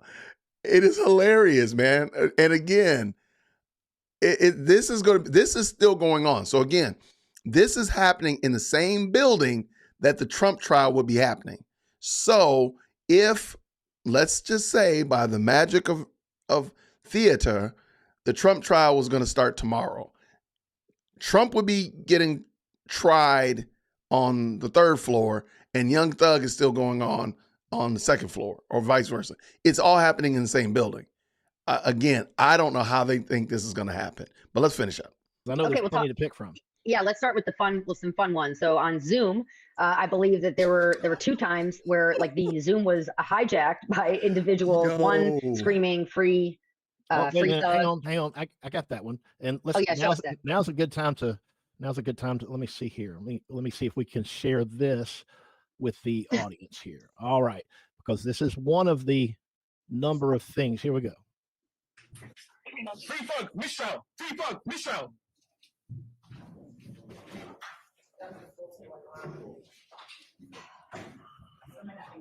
All right. Mr. Stevens, you can take it. Ladies and gentlemen, we're going to go ahead and take our comfort break at this point in time. We'll be back in 10 minutes. We're in recess. Free bug, mistrial. Free bug, mistrial. I mean, Yeah, so you can't make this up. No, and there was another one where somebody got on there with, I believe, like a porn video. It And was gay porn. Yeah, and and Yeah. I found that. I found it online. found the It video. was blurred out. It was on the news, and it had Brian Steele, one of the defense lawyers, and we're going to get to him again later as well. But it was showing he was up there doing a motion, and all of a sudden his computer screen, his Zoom screen that's in front of him at the lawyer's podium, all of a sudden you get this gay porn all over it, and Brian is just also taken aback. So, but what in the hell's going on down there? Does Fulton County not have any control over this? Well, we're, I think, still undergoing a cyber attack. So I would say that Fulton County, if they can't control their Zooms, they can't control their clerks' files. I still don't believe that I'm able to go online and see who's in the Fulton County jail and where they are. I know you and I were discussing that off camera, that the entire Fulton County system has been down for, I think, over a month. So it doesn't surprise me that someone's able to hijack the Zoom. So that's happened, and that's wild. I haven't seen that in any other trial, but I'm sure it's a nice, fun. I don't know, if you were sleeping before, you woke up for a second to hear free thug mistrial. There have been attorneys that have been arrested for having pills out of a container in their own bags. Now, wait a minute. Hold on. We got to hear more about that. Okay, so an attorney, yes, a lawyer who had legally prescribed pills got arrested for having those pills. How does that work? Correct. I guess there were pills outside of the container, and there was some discussion about the possibility that this lawyer had drugs on him because one of the other co-defendants on one random day that they had been in court during these years that they've already been there apparently had drugs on his person when he got back to the jail. So somebody must have given it to them. So they assumed it's the lawyers. So they start searching the lawyers. Lawyers were giving their clients drugs. So imagine that. So did the judge assume that, or was it the sheriff's office? I believe it was the sheriff. I believe it was the sheriff's office. Clearly, because the Fulton County Jail is perfect, and nothing ever gets in or out that's not supposed to, right? And it's run so well that if an inmate has any kind of contraband, it must have been given to them by their lawyer in court. Is that right? Is that what they're saying? Yeah, that's to avoid looking at themselves. Because this is a jail. They find knives in there. They find guns. They find all sorts of contraband in that jail every single day. It's one of the worst in Georgia. People die in that jail. They get eaten up by bed bugs. And so they're going to assume that a lawyer is responsible for contraband that an inmate has. Correct. And they go as far as to then, if you're representing a defendant or have to be in the courtroom at all, because I've been in there a few times, they search your entire bag. Again, even though you went through security. Wow. And then I guess they did arrest one. They did arrest one of the defendants. One of the defendants, since this has started, has been stabbed in jail and was hospitalized for several days when he was in the Fulton County Jail. They go back there every night. He was stabbed. I'm trying to think of other fun things that have happened. He leaves the courtroom. He goes back to the jail. He gets stabbed, and then what happens? Do they do they sever him from the case? No pun intended. But do they? No, they cancel trial for a week. Say anything. All right. Tell the folks in the chat and who are watching, who's Adrian Love? Adrian Love is the evil prosecutor. That's the head of this prosecution against Young Thug and Company. Right. How many prosecutors do they have? And then I want to talk about the defense. How many prosecutors are in this courtroom now? We see that it's packed. How many do they have? So I know they at least have 3 that are sitting up at that first table. I know that there's others involved. And I do know, because I know the number of witnesses that are on their witness list, but as we've seen because of Adrian's, I know the judge blamed Brian Steele and everybody else, but Adrian Love is the reason that it's moving as slow as it is. And I personally told Fani Willis this when Fani Willis was running for office. And I told her, I'm happy to, endorse you, because I really hated the predecessor. I guess I don't like most prosecutors. It's just sad because I'm really all about fairness. But when she was running, I told her, like, the one person that you really have to get rid of who doesn't even deserve a bar license is Adrian Love. And she put her on this huge case. And she's a workhorse, and she's competent, and she will take the hits any judge yelling at her she'll take, because there's no actual consequence for her. She just keeps doing it. Hang on, I want to get to the judge in a second, but there's a question here. Diane is asking, is this the jail that Nathan Wade was investigating? No, the That's jail. where Young Thug is, though. But yeah, the Young Thug is currently he's being held actually next door in Cobb County because security reasons, I suppose. There's a lot of Fulton County inmates that are being held in. So one of the things is Young Thug was the one that was actually stabbed. He was stabbed in the Fulton County Jail. And after that, I guess they started moving him to Cobb County. I think it's funny that Phil said next door, because literally his office is adjacent. It's like in the same parking lot as the Cobb County Jail, which is crazy. But but imagine like if you were going to testify and this happened and they have to cancel it because the defendant has to be in court. That's another reason why I don't think that this is ever going to get to the place where Trump is going to be tried, because the president or a former president will have to be in court every day in Atlanta. I just don't think that's going to happen. But let's go. Other jails. But Nathan Wade was hired to investigate jail deaths in the Cobb County Jail a few years ago at the end of approaching the 2020 election. There's a lady named Sonia Allen who now works for Fani Willis, who's head of the Public Integrity Unit, I guess it was. Sonia Allen, though, she's a lawyer, but never really practiced law because she was a cop. In fact, she was a deputy sheriff in Cobb County working for the Republican sheriff. And she became, when there was an opening for chief deputy, she became and I know y'all need a whiteboard somewhere to follow all this, but she became the chief deputy sheriff. And there was some black men that had died in the Cobb County Jail. Nathan Wade, as I understand it, has some connections and knows a lot of people with the NAACP in Cobb County. It became a political election year controversy. So Sonia Allen steered a no-bid contract, we think, to Nathan Wade to investigate jail deaths in the Cobb County Jail. Now, Nathan, of course, has no background in corrections, no experience in investigations either, for that matter, but he did an investigation, but he didn't write a report. In fact, a local TV station sued to get Nathan's report on the jail deaths. And in court, when he came to testify in that open records lawsuit, he says, I've got no report. It's all up in my head. It's my no notes. Not no report, no notes either. No notes. Yeah, no notes and no report. And it was his brainchild. And if I'm remembering this correctly, and this has been widely reported, 11 Alive, WXIA TV here in Atlanta was all over this. They're the ones that sued.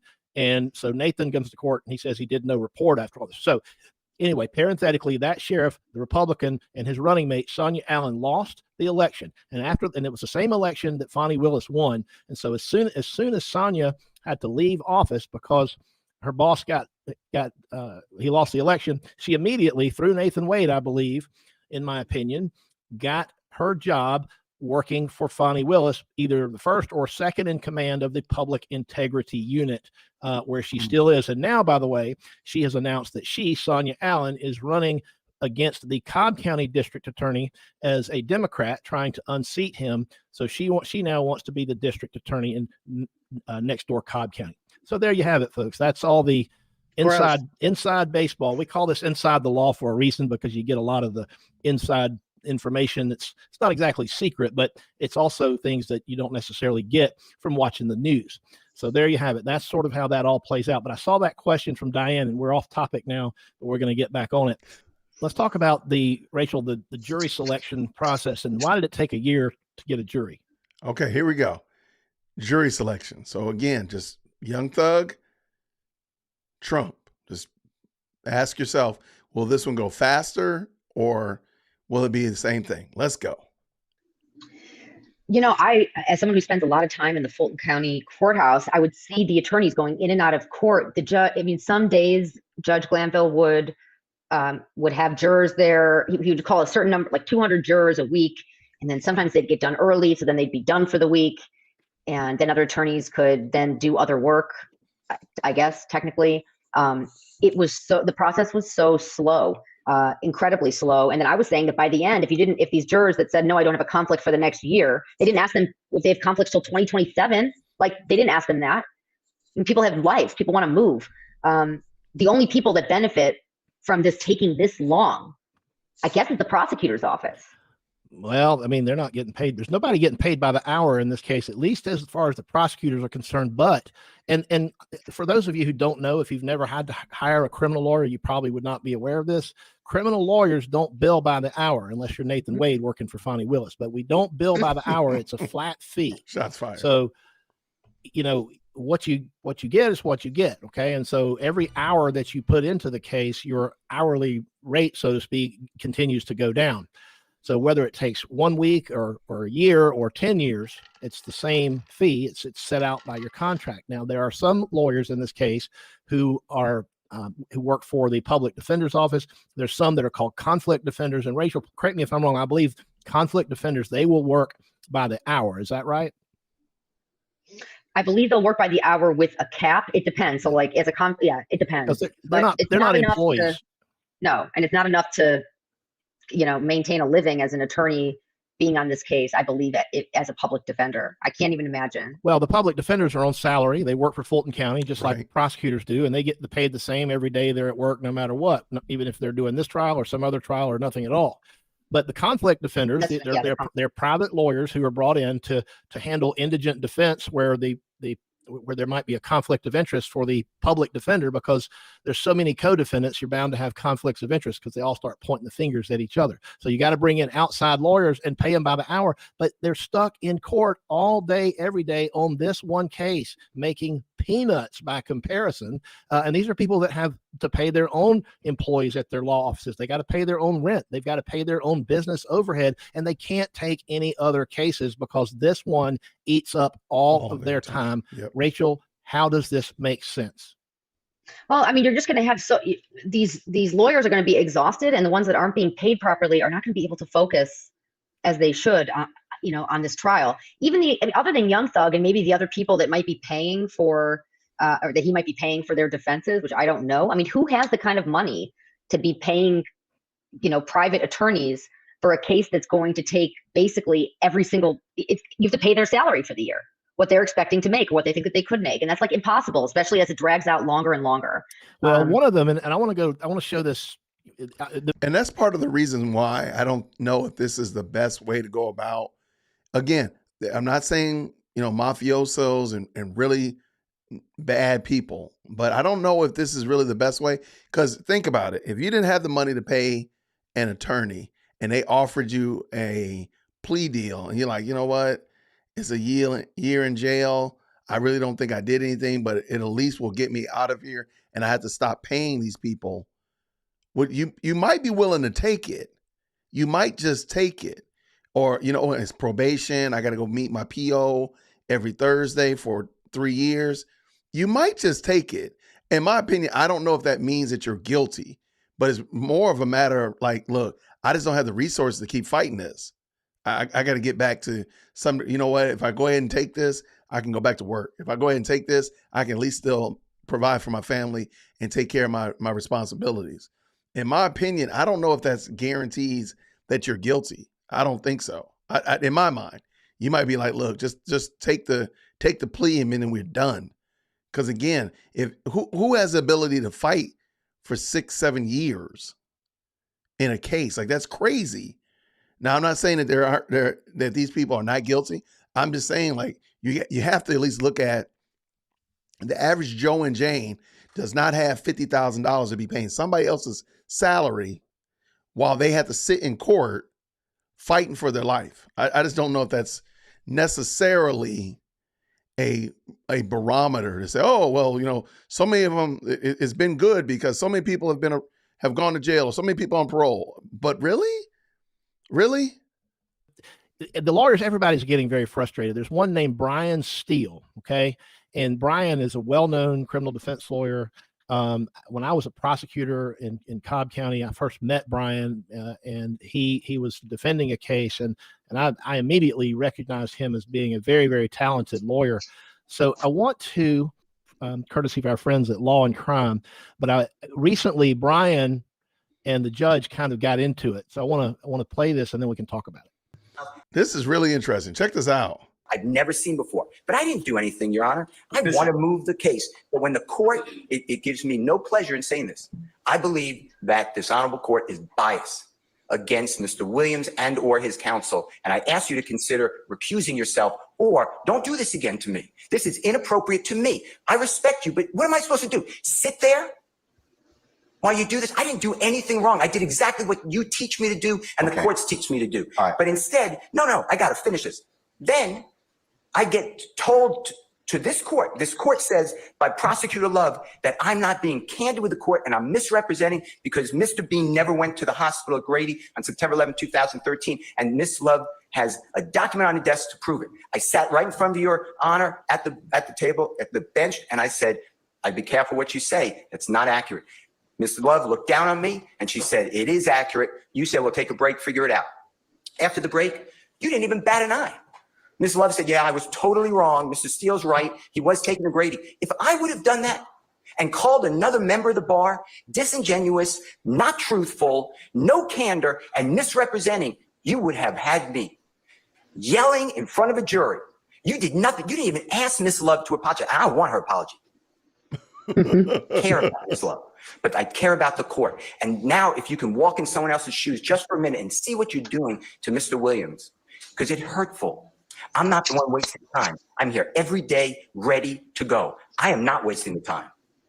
I make a motion to ask you to please recuse yourself. I know it has to be in writing within 5 days. If you want me to do that, I'll do it. And that's to go to another judge. But this is what's going on, Your Honor, whether you see it or not. You're yelling at me in front of a jury for nothing. And then you won't apologize. And I did nothing wrong ever on these occasions. Wow. I mean, you know, Oh my goodness. that was quite the exchange between those two. So tell us what we just saw. I mean, at the end, I love Brian Steele. I think he's a great attorney. He's like, I did nothing wrong ever. It reminds me of kids talking to their parents. I mean, it reminds me, Judge Glanville, as I've watched this trial, I've tried cases in front of him. I generally think that he's a fair attorney. I do think that being in a room with Adrian Love has rubbed off on him, and he's kind of taking it out a lot more on the defense when he probably should be taking it out on her for the way that they're handling the case and all the delays. But what we saw there is what continues to happen is that when any of the defendants object, and there's 6 of them there, which each defendant has an attorney that is representing them and has to do what they need to do to represent their client.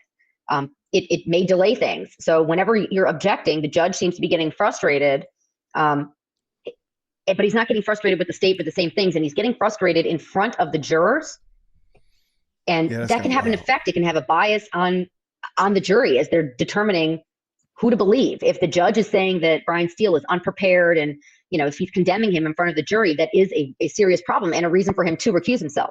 Unfortunately, we're like, you know, a year and a half into this.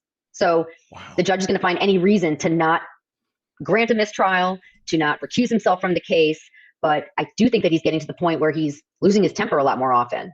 Well, this was a discussion about candor to the court, which is a theme, and I want to talk more about it. But I want to say really quick about Adrian, because you mentioned the candor issue. So having tried cases with her and Adam Abadi before, and the two of them together against both of them. And you see Abadi in there, actually. If you're watching that video, you see Adrian Love is the black woman on the far left, and Abadi is sitting right next to her. And Abadi is the gentleman that did Fani Willis's closing statements in her disqualification hearing. Usual punishment. It was. It felt like I was being punished every day. But what's fascinating about the two of them, and there's a repeat pattern of behavior, and it's in transcripts. So at some point, I feel like I need to put these transcripts together from mine, get some other defense attorneys, because I know this is not just me, and I know it's not just Brian Steele, and I know it's not just Ashley Merchant, that when these prosecutors, they are used to being able to say, the other side, they're liars. Adrian Love, the last case that I had with her involved somebody who was incompetent. A lawyer who was representing this individual got on the stand under oath. He's 75 years old, has been practicing law for more than 40 years. And he said that his clients could not communicate with him and was in fact unable to assist in his own defense, which is part of what you have to prove to prove that someone's incompetent. Adrian Love, in her closing argument, puts up PowerPoints accusing this attorney of perjury, putting the words perjury up there.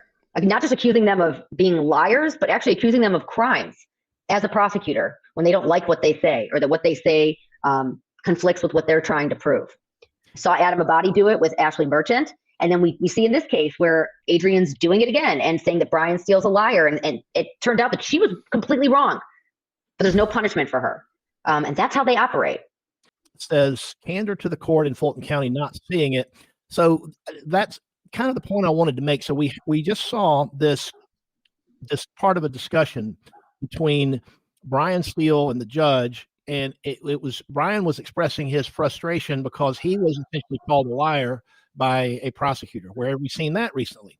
Of course, Fani Willis herself famously called Ashley Merchant a liar. And there was you saw this reaction where Brian was like, you don't get to call me a liar. You don't get to say that I'm not living up to my duty of candor in the court when it's not true. And he was able to prove, apparently, that what he said to the judge, in this case in chambers, at the bench, which was true. So lawyers get really bent out of shape when you call them a liar, particularly as it pertains to things they say in court. And so you had a lengthy discussion here about why candor to the court and being honest and professional and trustworthy as officers of the court is very, very important. And that's something that really, outside of some displays of anger from Ashley Merchant, that I didn't see a lot of concern. At least there was nobody really addressed whether or not anybody was uncandid, less than candid, or dare I say, had the odor of mendacity. There's nothing more powerful than the odor of mendacity. With regard to their testimony with Judge McAfee. So I think that the contrast between those two courtrooms was striking. Brian got really pissed off, and they had a big, hubbub about it, and a motion to even recuse the judge over it. But when there's lots of things that pertain to, possibly, perhaps, probably perjured, false testimony in the other courtroom, there just seems to be no big discussion about it, other than referring to it as being an odor of mendacity. There's nothing more powerful than the odor of mendacity. Am I getting that wrong, or is No, it's the story of my life as a criminal defense attorney. As I stand by, and I'm not saying that some of the people that I represent don't do things that are wrong. What I take sorry, my dog is having a hard time. What I take the biggest issue with are people in positions of power who abuse it, who abuse it for their own benefit and to win, not caring about justice anymore, and it's about winning. I want to mention that the case that I had with Adrian Love and Adam Abadi in the competency case, my client ended up dying in the Fulton County Jail, committed suicide while he was there. I blame them for it, but I can't hold them accountable for it because it's very, very, very difficult to get to prosecutors anyway. Well, what is her fascination with giant RICO cases? Because when she was an assistant DA, we had a giant RICO case where she prosecuted the Atlanta public school teachers as a big group. And now she's got the YSL crew. And that it started out with 28 of them. And of course you've got. Yeah, the Atlanta public school, if you ever look it up, it was easily, if I'm not mistaken, I want to say it was like 112, 120 defendants. It was wild here in Atlanta. I was working, I was in Fulton County. I think I was in Fulton County when that happened. But thankfully I wasn't in Atlanta public. All of the Trump RICO folks. What is Fani Willis's fascination with giant cases that the court literally will choke on? You can't process this big of a case, at least not easily. What's she doing here? I think she probably went to a prosecutor's training camp like they do every summer, and that someone did a cool presentation on RICO, and her and her office realized that when you handle RICO cases, you can bring in special prosecutors and use extra funds and steal a bunch of things from people, take all their assets. And I don't know how much stuff was taken in the Young Thug case from the 28 defendants, but I imagine cars, cash, galore. Who knows? And I believe that Nathan Wade was paid out of some of those funds, which is crazy. Well, I mean, Ashley has said that he was the first. Maybe it was the first 100,000 came out of seized asset forfeitures, and there's a question about whether he was paid by federal grant money that was maybe earmarked for something else. I don't know what the answer to that question is, but I do know that there are, let's just say, individuals and entities that are looking at the source of his funding and whether or not she complied with the law. Well, what's crazy, what's sad is that I don't think that once that stuff is forfeited, once civil forfeiture happens and anything that had been gained, any money or property that had been gained because of the drug dealing, because whatever they're doing, they get to take. I think that they do probably pay. That prosecutors benefit from that money. I don't think it just goes into like the school fund or something. I think internally they use it. So these RICO cases, they're clogging up the docket. Judge Glanville's also the chief judge. And so what's happening is that he's having to stop every once in a while to handle things that the chief judge is supposed to be handling. Right. Which is further delaying everything. Speaking of paying the lawyers, I think he probably is one that could afford to take Brian Steele and say, okay, I'm your only client for the next 2 or 3 years, but some of these others can't. Okay, so the jury selection took a year because obviously they weren't able to have jury selection every day, but how do you get a juror who can stay on a case for a year or more? And now that we have heard that the case might last until 2027. 2027, they're saying that's another 3 years potentially. How can you ask that of a citizen to put their life and their job and everything on hold for $25 a day for upwards of 4 or 5 years. How can you do that?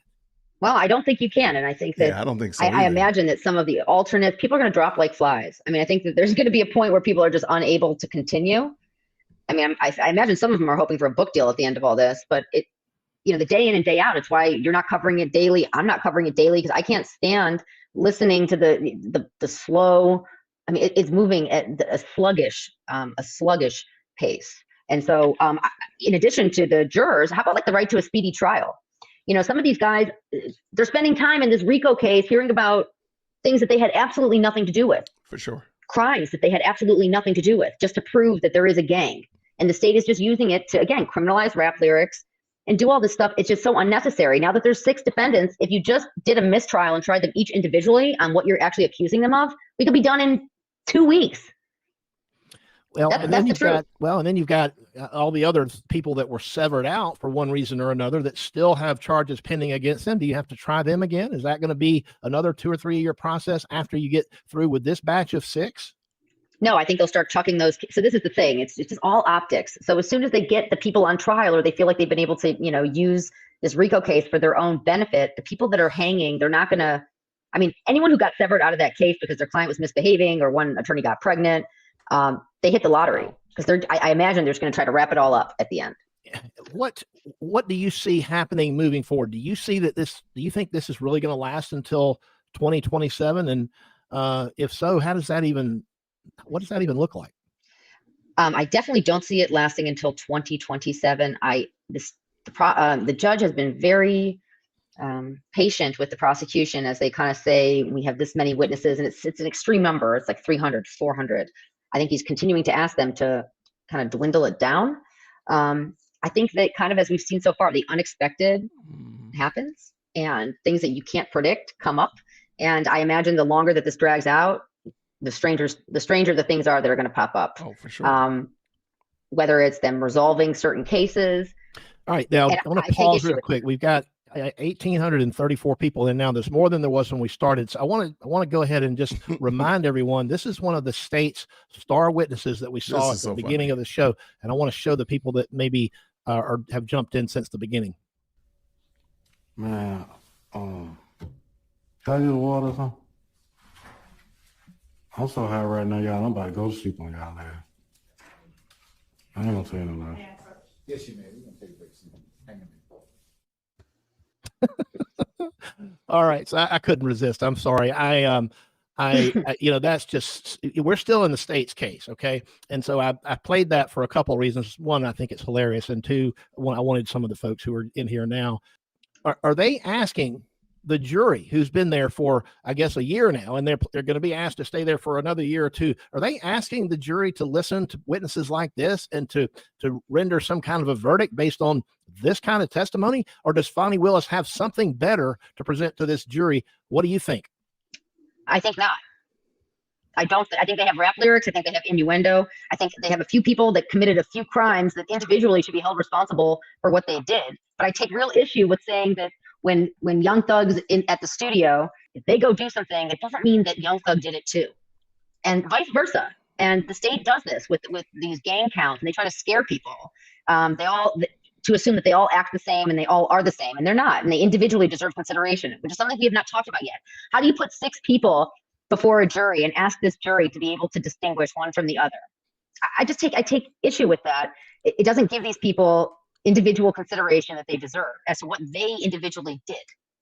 And it's just kind of hoping to sweep up a lot of people at one time, I guess, in the name of anti-rap lyrics and gangs. In Fulton County, we got a big problem with home invasions. We've got a big problem with people, carjackings. Okay. And the list goes on. Shootings, gas stations in Atlanta, but she's taking these RICO cases and she's prosecuting rappers, and she's using the lyrics to the songs, which, we've all heard them and we know what they say, but she's somehow saying that is evidence or proof that you are a criminal. Help me understand how this works and how it's not First Amendment free speech violation. I'm actually probably someone who believes that no one's violating their free speech by holding or trying to use their speech against them. You have the right to say what you say, but I also think that it can be used against you. However, this is art. Young Thug is an artist, and just because his lyrics, I think he does, in my understanding, talk about things that do happen in the community to a specific enough extent sometimes, which if I was his attorney before he released it, I would just tell him not to release the actual lyrics, and most people won't know what you're saying anyways, because he's the king of the mumble rap. So nobody really knows what he's saying, but they did publish it. But it doesn't mean that he did it. It means that he knows about it, or knows that someone did it. She's wanting to say that these lyrics somehow prove her case, that somehow that's evidence of a crime, and that's the nexus that I'm not really fully understanding. It's one of these things where two or three people can hear the same words and it can mean different people. Sure. And so I guess what Fani Willis and her team are doing is they're saying that we think that it means this, and we're going to ask the jury to adopt our opinion. Yeah, because we know everything. Words mean. Yeah.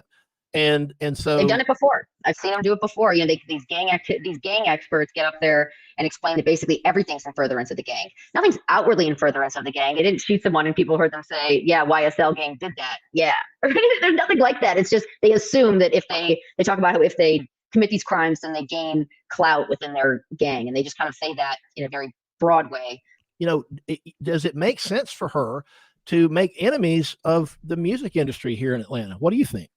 Well, I would argue no, if you actually care about, if you care about ending gun violence, if you would prefer there be less crime, yeah, but they don't want that. It appears that the prosecution wants to and they're having too much fun with all this. And I'm saying that they've lost sight of keeping the community safe. And keeping the community safe in Atlanta would likely mean getting allies within the rap community. Hang the fact that you could take them to trial on a RICO case over their heads and have them do something that's meaningful to everybody, considering there's tons of people who are Young Thug fans who are not blood members. And so all of those people, right, white, black, any color, I mean, they now take issue with all of this as well. Like, he's in the studio making music, helping some of his friends who he grew up with when they were really, poor and had very little and were like on the street. I'm sorry that he helps his friends. I'm sorry that his friends some of them still may engage in some conduct that should be, dealt with by the criminal justice system. But this has just become a clown show. All right, so let's switch to a question here. Rebecca asked a question, and I'm going to let Rachel answer it. But the question is it possible for the defense of the YSL case to bring up the prosecution misconduct stench from the Fani disqualification allegation? So what do you think? Any kind of prosecutorial misconduct that could be actionable here in the YSL case? I'm sure there are things that are actionable as it relates to Adrian, but I don't think that the defense is going to be able to bring up anything that Fani did or any of the disqualification. But you better believe that the defense in a closing argument can kind of make suggestions using innuendo the same way. And the jury definitely knows what happened, knows that the DA's office has lost a lot of their integrity, and knows that Adrian Love and that the state's entire presentation comes from that same office that's willing to do whatever they need to get what they want. I just want to say to all Fur Love Frenchies, I know the gangsters do not want to work with police to stop violence. However, when they have criminal cases and they have the stick behind them saying, I'll send you to prison or else, they're a lot more willing to work with the prosecutors in the community to do something different. You just have to have it over their head, which is what they had. I just think that they could have done this a lot sooner and prevented a lot more crimes from being committed, and then taking all these jurors out of their life for years to figure out something that we all have understood for a while. They just did nothing about. And I've got my own question for you, but before I do that, I want to say thanks, Rebecca, for the super chat. Much appreciated. So the question that I have for you, do you know in this YSL trial, is there going to be any cell phone location data evidence being offered by the state to try to prove anybody's guilt in this case, if you know? All right, you know why he asked this question. Y'all know why he asked about cell phone data. Let's see what happens. Yes. Oh, definitely. Now, wait a minute. I thought that Fani Willis's office said that stuff doesn't work. It doesn't prove anything. What am I missing? Only because that happened, it's possible that maybe they're going to, try to veer away from cell phone evidence. But in the past, 10 years, the cases that I've had with their office, they've had cell phone experts claiming that, when a someone's cell phone pings off of a tower, that means that they're exactly where they want them to be, not even within the range of the tower. I've seen the state exploit that over and over again. So it's fascinating. Now, if they're going to attempt to do that again, and that would be, like you're saying, that would be the place that I guess what Fani has previously said could possibly come up. Like, well, in talking to the expert, well, did you know that this DA's office actually claims that it's not accurate? On cross-examination, I think it could come up in trying to, I don't know, claim it's not credible, since the state has said that publicly. The jurors know that though too now, whether they have to tell them or not. So Kahn says to remind prosecutors that their role is emphasizing the paramount importance of upholding the rule of law and safeguarding the rights of defendants. And that's very, very true. And this is what I have said about the Trump RICO case. It's not about Donald Trump. It's not about any particular named defendant. It's about fairness of the process, fairness of the system. Having a fair-minded, objective prosecutor who's objectively seeking justice is just as important of a right to have as a defendant as the right to have a lawyer, the right to be presumed innocent, the right to have a jury trial. Because if you don't have a fair-minded and impartial prosecutor from the very beginning, the whole system stinks. And so whether you are Young Thug or whether you're Donald Trump or anybody else in between, if you've got a prosecutor who is out to get you specifically, then the system is not working. And that's something that seems to be oftentimes, in my opinion, lost in this discussion. I really dream of having prosecutors, before they start any criminal court, do out loud in front of the entire courtroom, read their oath. I think that would be helpful. I mean, just to have to say out loud that this is what I'm doing here, maybe to remind them of what they're doing there. Because I don't know the last time that they've actually, reminded themselves of what that job is. And yeah, it's not to win, but I will say Paul Howard and Fani Willis run offices that care about conviction rates. And when that's what's rewarded, that's what the line prosecutors are they're gonna do whatever it takes to get their way to win. I'll never forget when I was sworn in as a prosecutor back in the Ice Ages.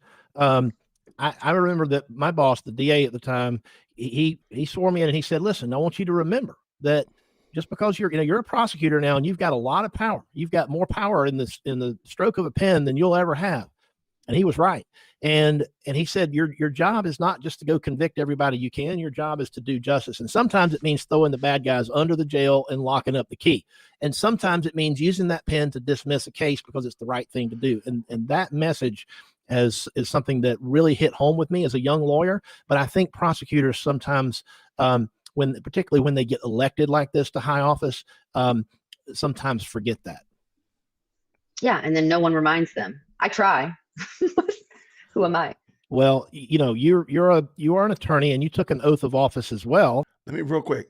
So the reason I want to point this out, I just want you to hear from other non-associated sources, just all that goes on behind the scenes that will impede the speeding up, the article that we read from the beginning, the speeding up of the Fani Willis case in the Trump trial.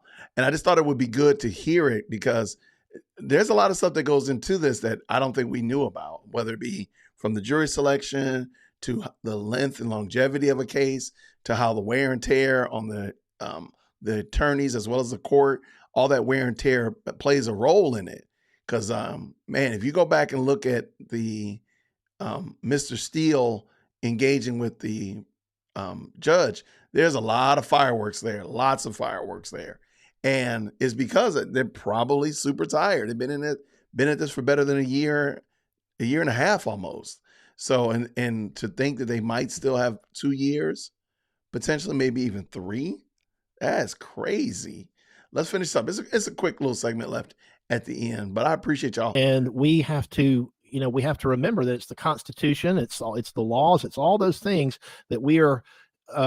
We are a part of this system, and we've got to be in that. You saw Brian Steele in the clip that we played, standing up to the judge, standing up for himself, and not being afraid and not basically cowering when a judge is yelling. The judge, said in front of the jury, accused Brian Steele of not being prepared. Well, Brian Steele is one of the most prepared and qualified and competent lawyers I know.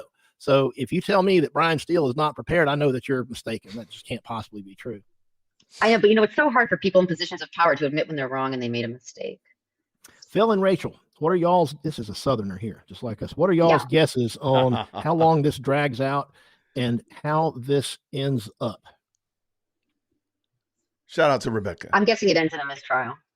Got to be a mistrial. Really? A mistrial? Gotta be. Something. If it's way. not a mistrial because of some type of prosecutorial misconduct, it's going to be a hung jury. There's just no way they're going to get unanimous verdicts on these people.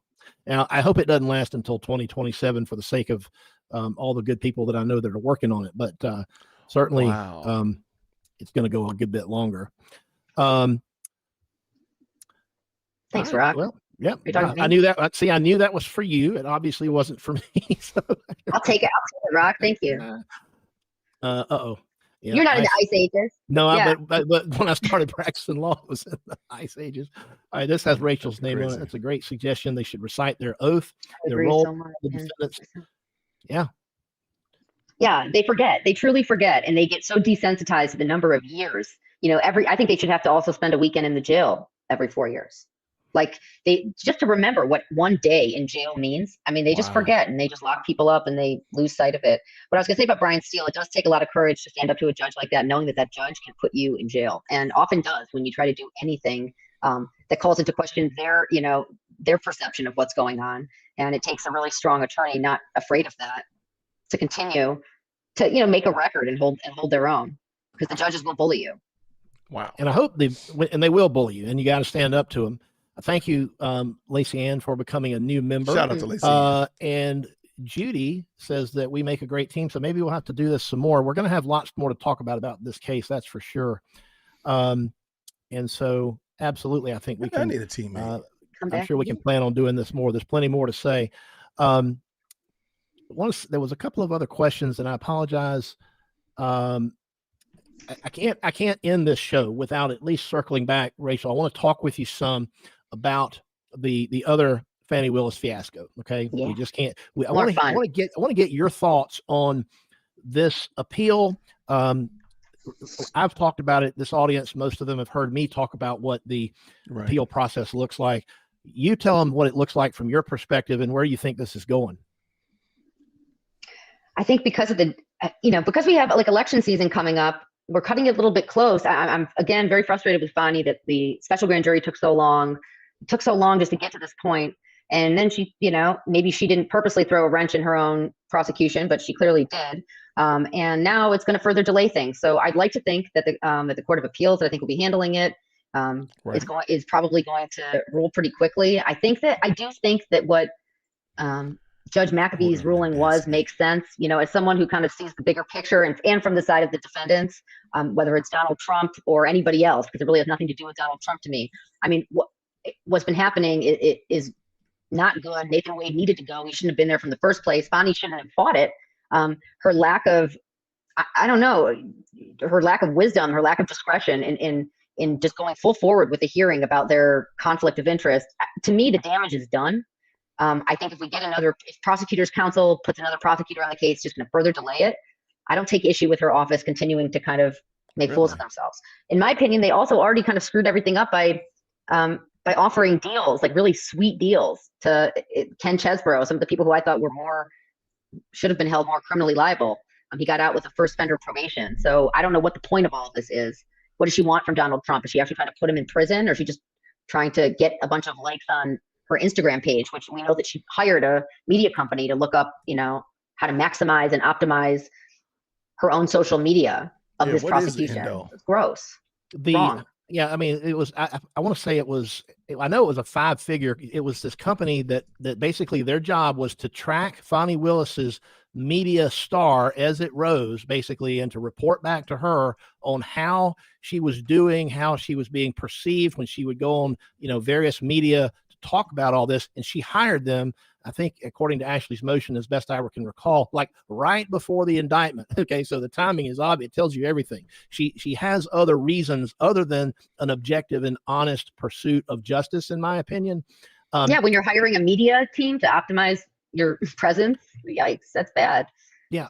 So trying to benefit. This question is, any chance Fani was hoping to use YSL as a beta case for Trump's case to set some precedent? I don't think so. I think that Fani Willis has always just had an affinity for racketeering, and it goes back to her days as an assistant DA.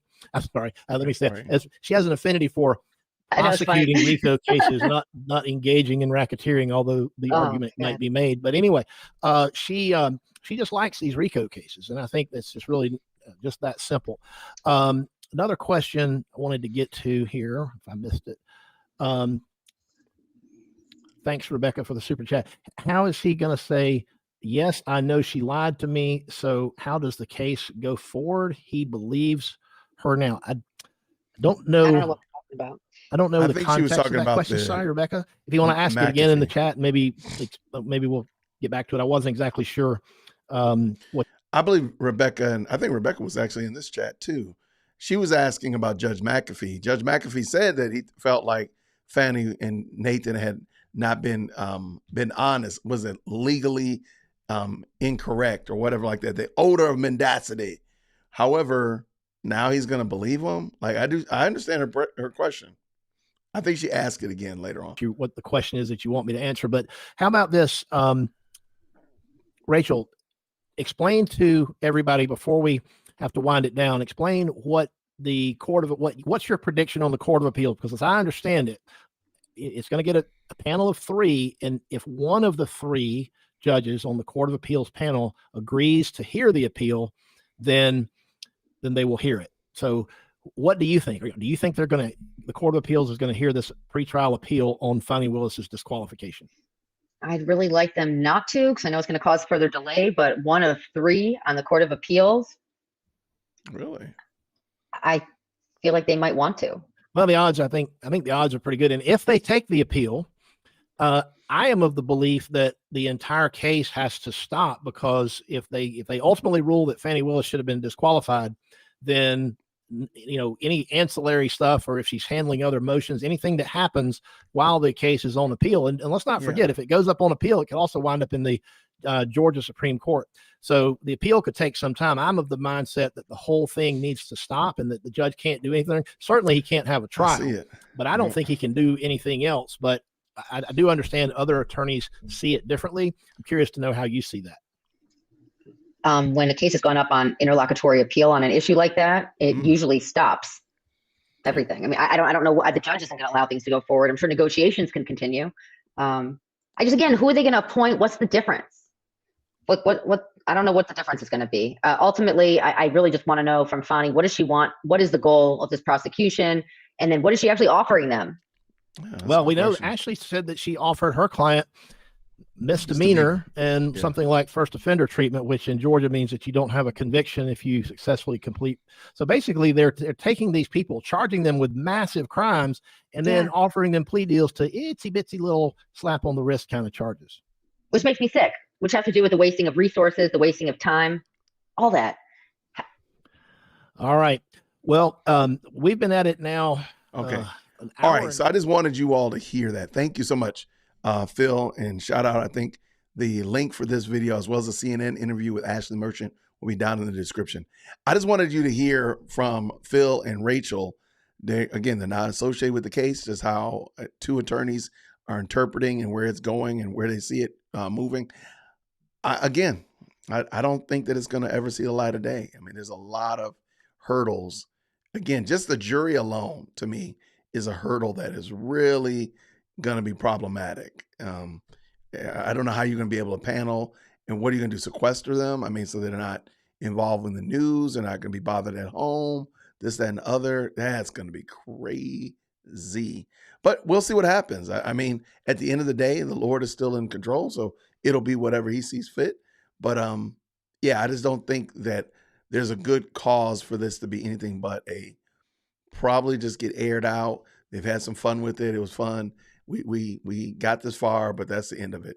And it will all be Fani and Nathan's problem. It'll be their fault at the end of the day. There's no other way around that. But I really do appreciate y'all so much, man. The end result is that I'm hoping that you all are finding value. I'm glad that you are. And I pray that we'll continue to do this and continue to have fun talking about Fani Willis and Nathan Wade, all that kind of stuff like that. Like I said, I'm going to do a discussion on why Nathan is wrong and why Fani's wrong, and what is the problem with that, and from a Christian perspective. So that'll be coming up soon, and that So hopefully you'll like that and you'll enjoy that. And I need to get over here because my daughter is texting me about the play. And where's Dad? So I'm going to get out of here. Everybody, thank you so much. I'll see you all over at Rick's channel soon enough. Thank y'all for going over there, bum rushing him. And until next time, everybody, grace and peace. We're out of here. Take care.